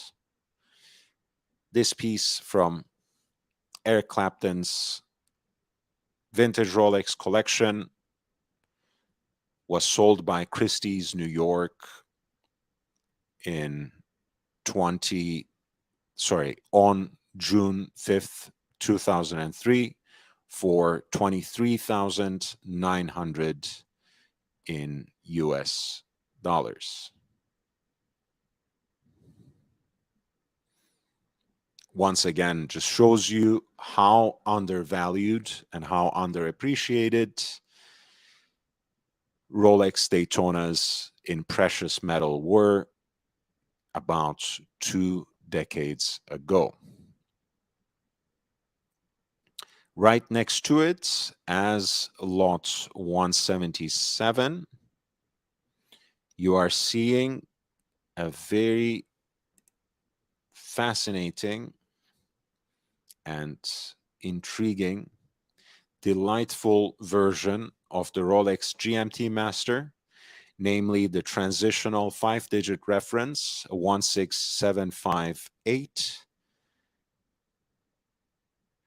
a Sultan, so to speak, full gold with the Certi dial, with the Certi dial, round diamond indices that are complemented by rubies, baguette cuts at 6 o'clock and 9 o'clock, and triangular cuts for 12 on a champagne sunburst dial. A black aluminum 24-hour bezel insert completes the picture for this Rolex GMT Master in 18 karat yellow gold that is worthy of sultans, sheikhs, and rock stars. Lot 177 from that June 2003 auction by Christie's New York from Eric Clapton's collection. This GMT Master in 18 karat gold on the matching Jubilee bracelets sold for $11,950 in US dollars. What an incredible duo right there. That testifies again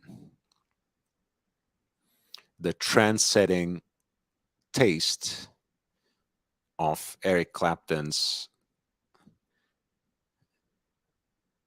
collection of vintage Rolex watches that have most famously surfaced for the first time in 2003, being presumably amassed largely through the 90s. I'm going to share with you about 5 more Daytonas and a very interesting OP. And then we are going to log off for today. And next time at I Love Maldives' urging, we're going to do a part 2 with the neo-vintage Patek Philippe's from Eric Clapton's collection as our focus.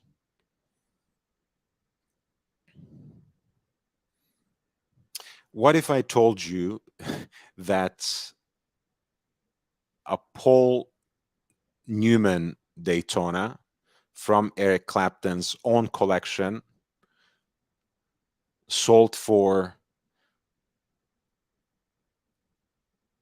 more or less what stainless steel Daytonas used to trade for just a years ago? You're looking at lot 174 from the June 2003 Christie's New York auction in stainless steel with screw down pushers and a bakelite bezel insert for the tachometer with the exotic dial. This is the Rolex Oyster Cosmograph Daytona, Paul Newman, reference 6263, with from around 1968.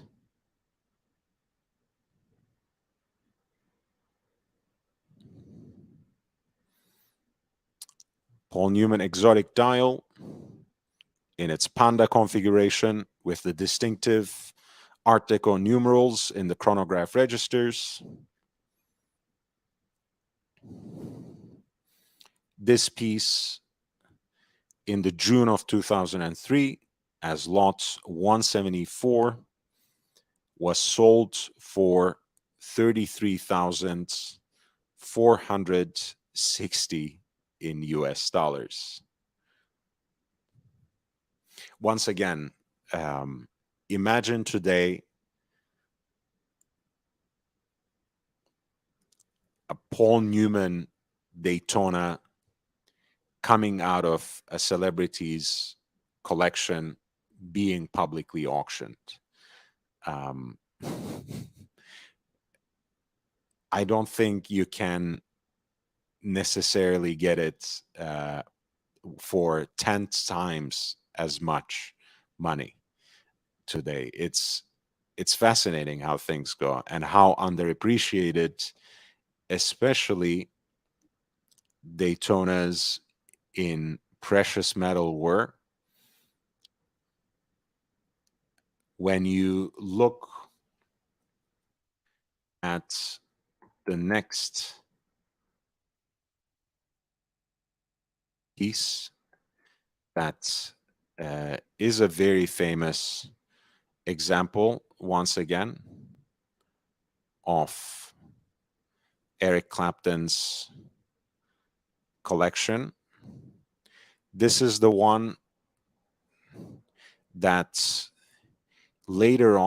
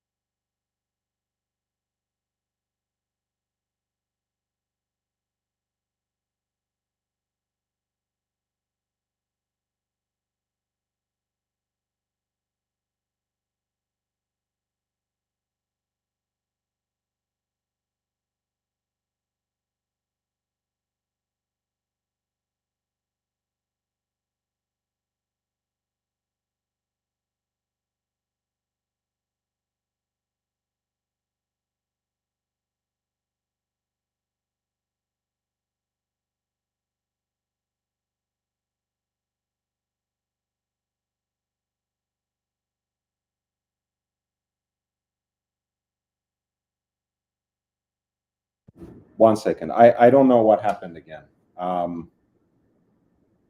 Man.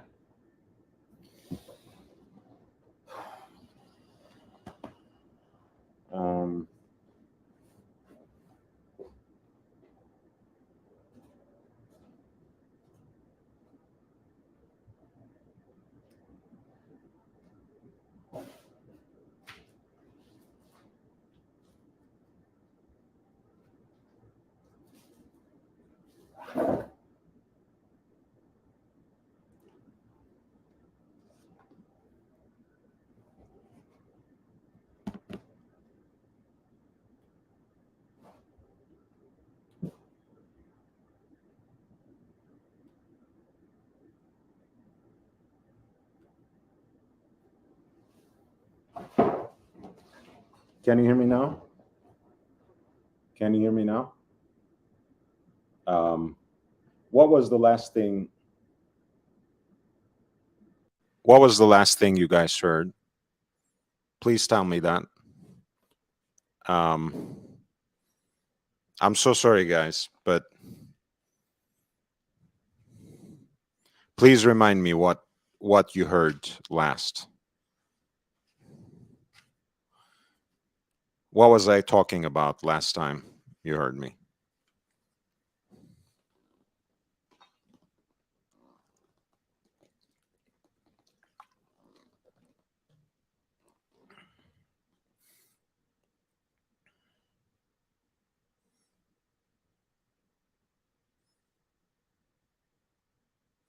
Okay, sound went off at about 6-7 minutes ago, which was when?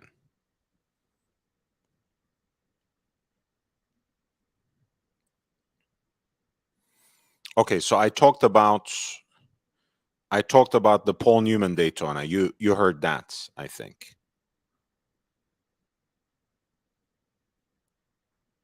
So you guys saw me talking about lot 174, but not about 175. We were only talking about Clapton's fries and nothing else.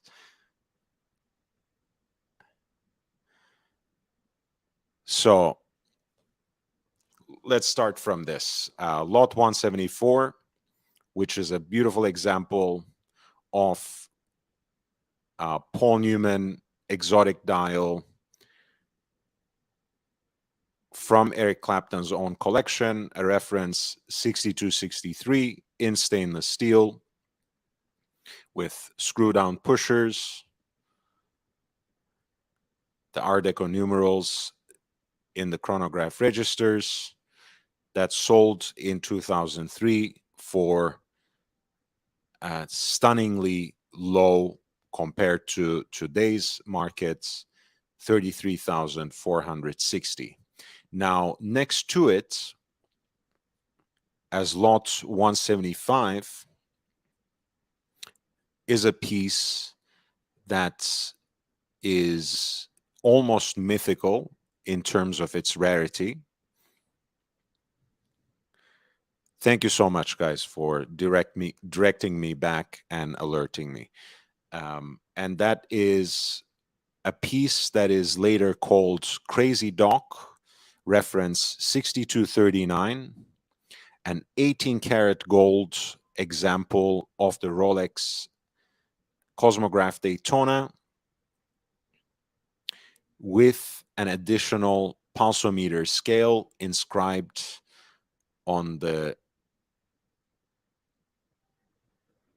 perimeter of the dial in blue.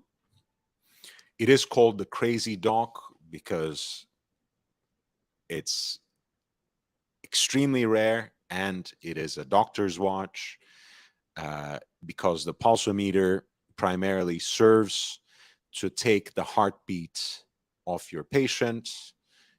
You engage the chronograph, you start counting the patient's pulses up to 15, since the pulsometer scale is graduated for 15 pulsations. When you stop the chronograph, the centrally deployed chronograph seconds hand stops at about the heart rate of your patient. That piece, when it's sold out of Eric Clapton's collection by Christie's New York on June 5th, 2003, realized a final hammer price of $41,825, but it turned up for auction very recently in the spring of last year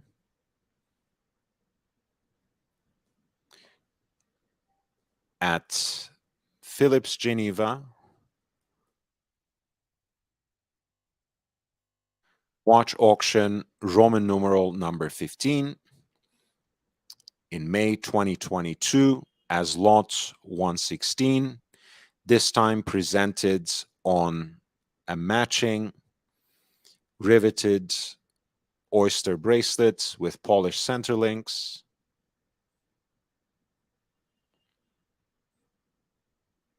Here's a great shot with there's some development of a very warm patina on this gold Daytona chronograph. Here's a great look on the Panda dial with a silvered sunburst background and the black chronograph registers. The additional pulsometer graduated for 15 pulsations, inscribed on the periphery of the dial.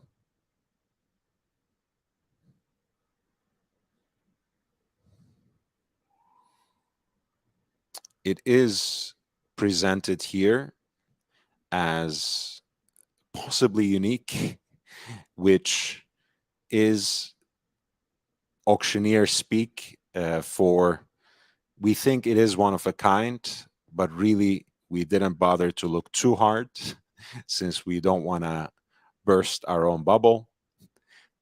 But joking aside, this is really an extremely rare example, since it is, at least by my knowledge, the only publicly accounted for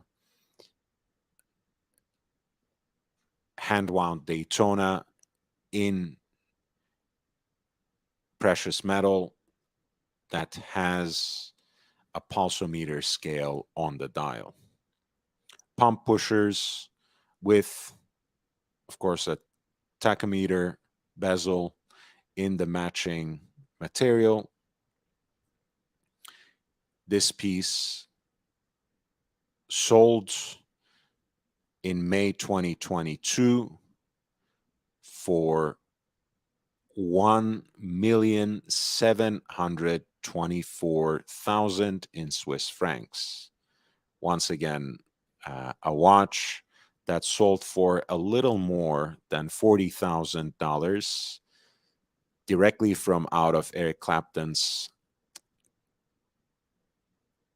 collection in 2003, in less than 20 years, when it turned up at Philips of Geneva, sold for 1,724,000 in Swiss francs. Again, with due apologies for technical difficulties, I'm going to wrap this up after two more sets of pieces. Let's go actually to lots 170 and 171, because it will give us something a little bit different. We are looking at lot 170, a Rolex Milgauss with a white dial. As you guys know, Eric Clapton, was famously seen wearing a modern Milgauss with a white dial, playing live. This is a reference 1019 from around 1966, presented here on its original presentation box.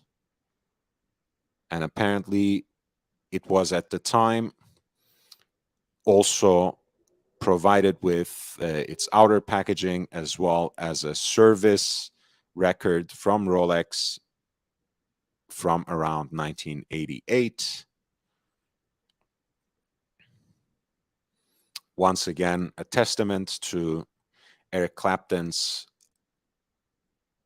fondness of Rolex tool watches, a Milgauss from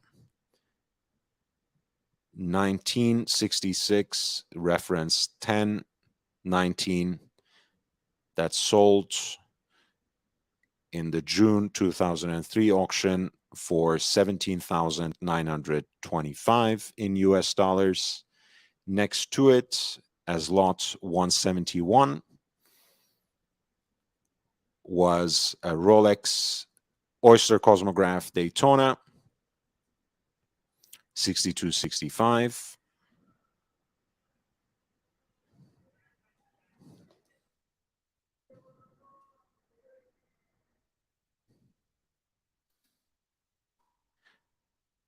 Big red with a reverse panda dial, called thus for the red writing of the Daytona above the hour counter in big red font, screw down pushers, and a matching stainless steel tachymeter bezel. This particular piece sold again for an astonishingly low sum in June 2003. You can barely compare it to any Daytona being sold publicly today. Certainly not a hand-wound example, not a vintage example, certainly not one that has been sprinkled with such a generous amount of celebrity stardust. But this particular example of the 6265 of the Big Red that was once owned by Eric Clapton, right out of his own collection, sold for $14,340 from out of his own collection.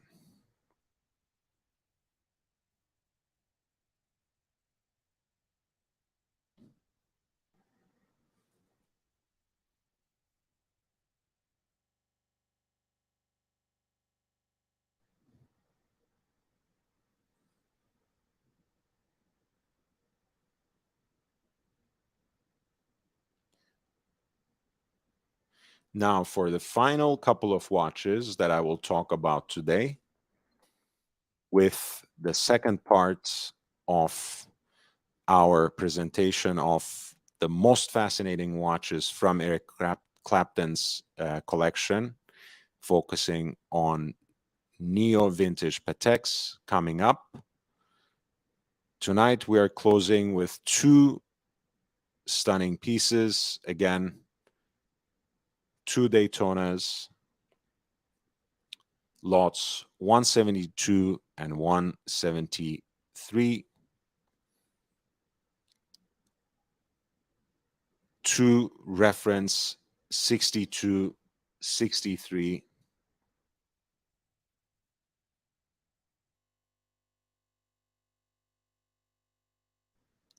With panda and reverse panda dials, both with acrylic bezel inserts, both with screw down pushers, both presented on matching stainless steel bracelets.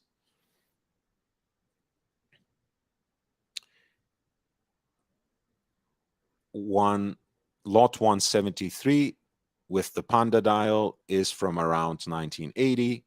Lot 172 is from around 1980 with the Panda dial. Lot 173 with the reverse Panda dial, black with opaline white chronograph registers, is from 1980.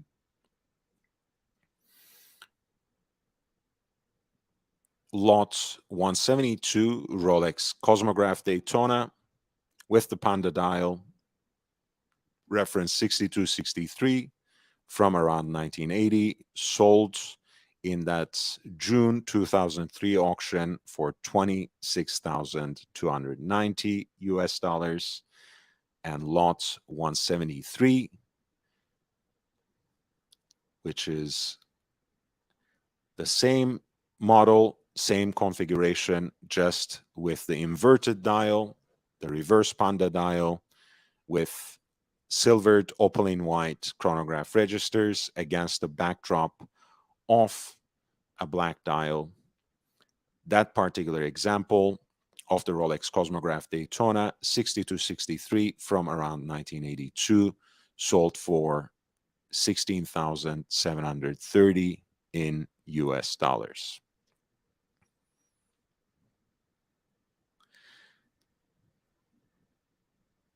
All right, that brings our proceedings for tonight to a close.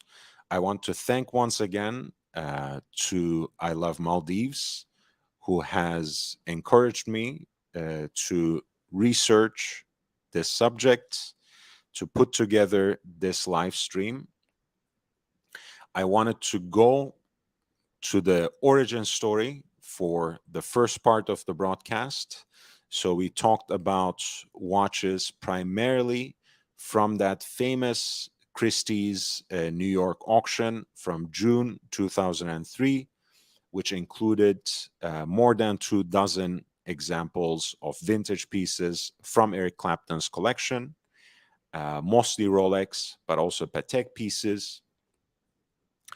Next time we return to this subject, which may be as soon as tomorrow, which may be sometime next week, we will talk about some of the most influential pieces from Eric Clapton's collection, namely the neo-vintage, personalized, bespoke Patek Philippe perpetual calendar chronographs, the 3 variations of 3970, the perpetual calendar split-second chronograph in platinum with the dark, deep blue sunburst style. All 4 of these watches were distinguished with the single stylized Arabic numeral at 12 o'clock with their Breguet numerals. We'll talk about those and some other astonishing neo-vintage Patek Philippe pieces from Eric Clapton's collection, as well as some other surprising and oddball pieces from other brands, perhaps even other genres. I'm not going to give out too many hints. I'm not going to give too many teasers or spoilers. So I want you to stay put. Hit the like button, please. After the broadcast ends, please leave a nice or nasty comment or two. Let's push this video up in the algorithm. Share it. I'm sure people will find much to like in it, much to learn from it. And I want to thank you from the bottom of my heart for bearing with me, for helping me overcome the technical difficulties with the microphone, for remaining patient as I worked my way through these issues. I love you so much. I sincerely appreciate you. And thank you again, Maldives, for sponsoring this live stream, and Sam Davidson for your kind contribution and kind reminder that my microphone had given up at the time. Thank you again so much. Please hit the like button on the way out. I will see you tomorrow, and I will see you once again soon enough, talking about some of the most spectacular pieces from Eric Clapton's collection. Thank you so much.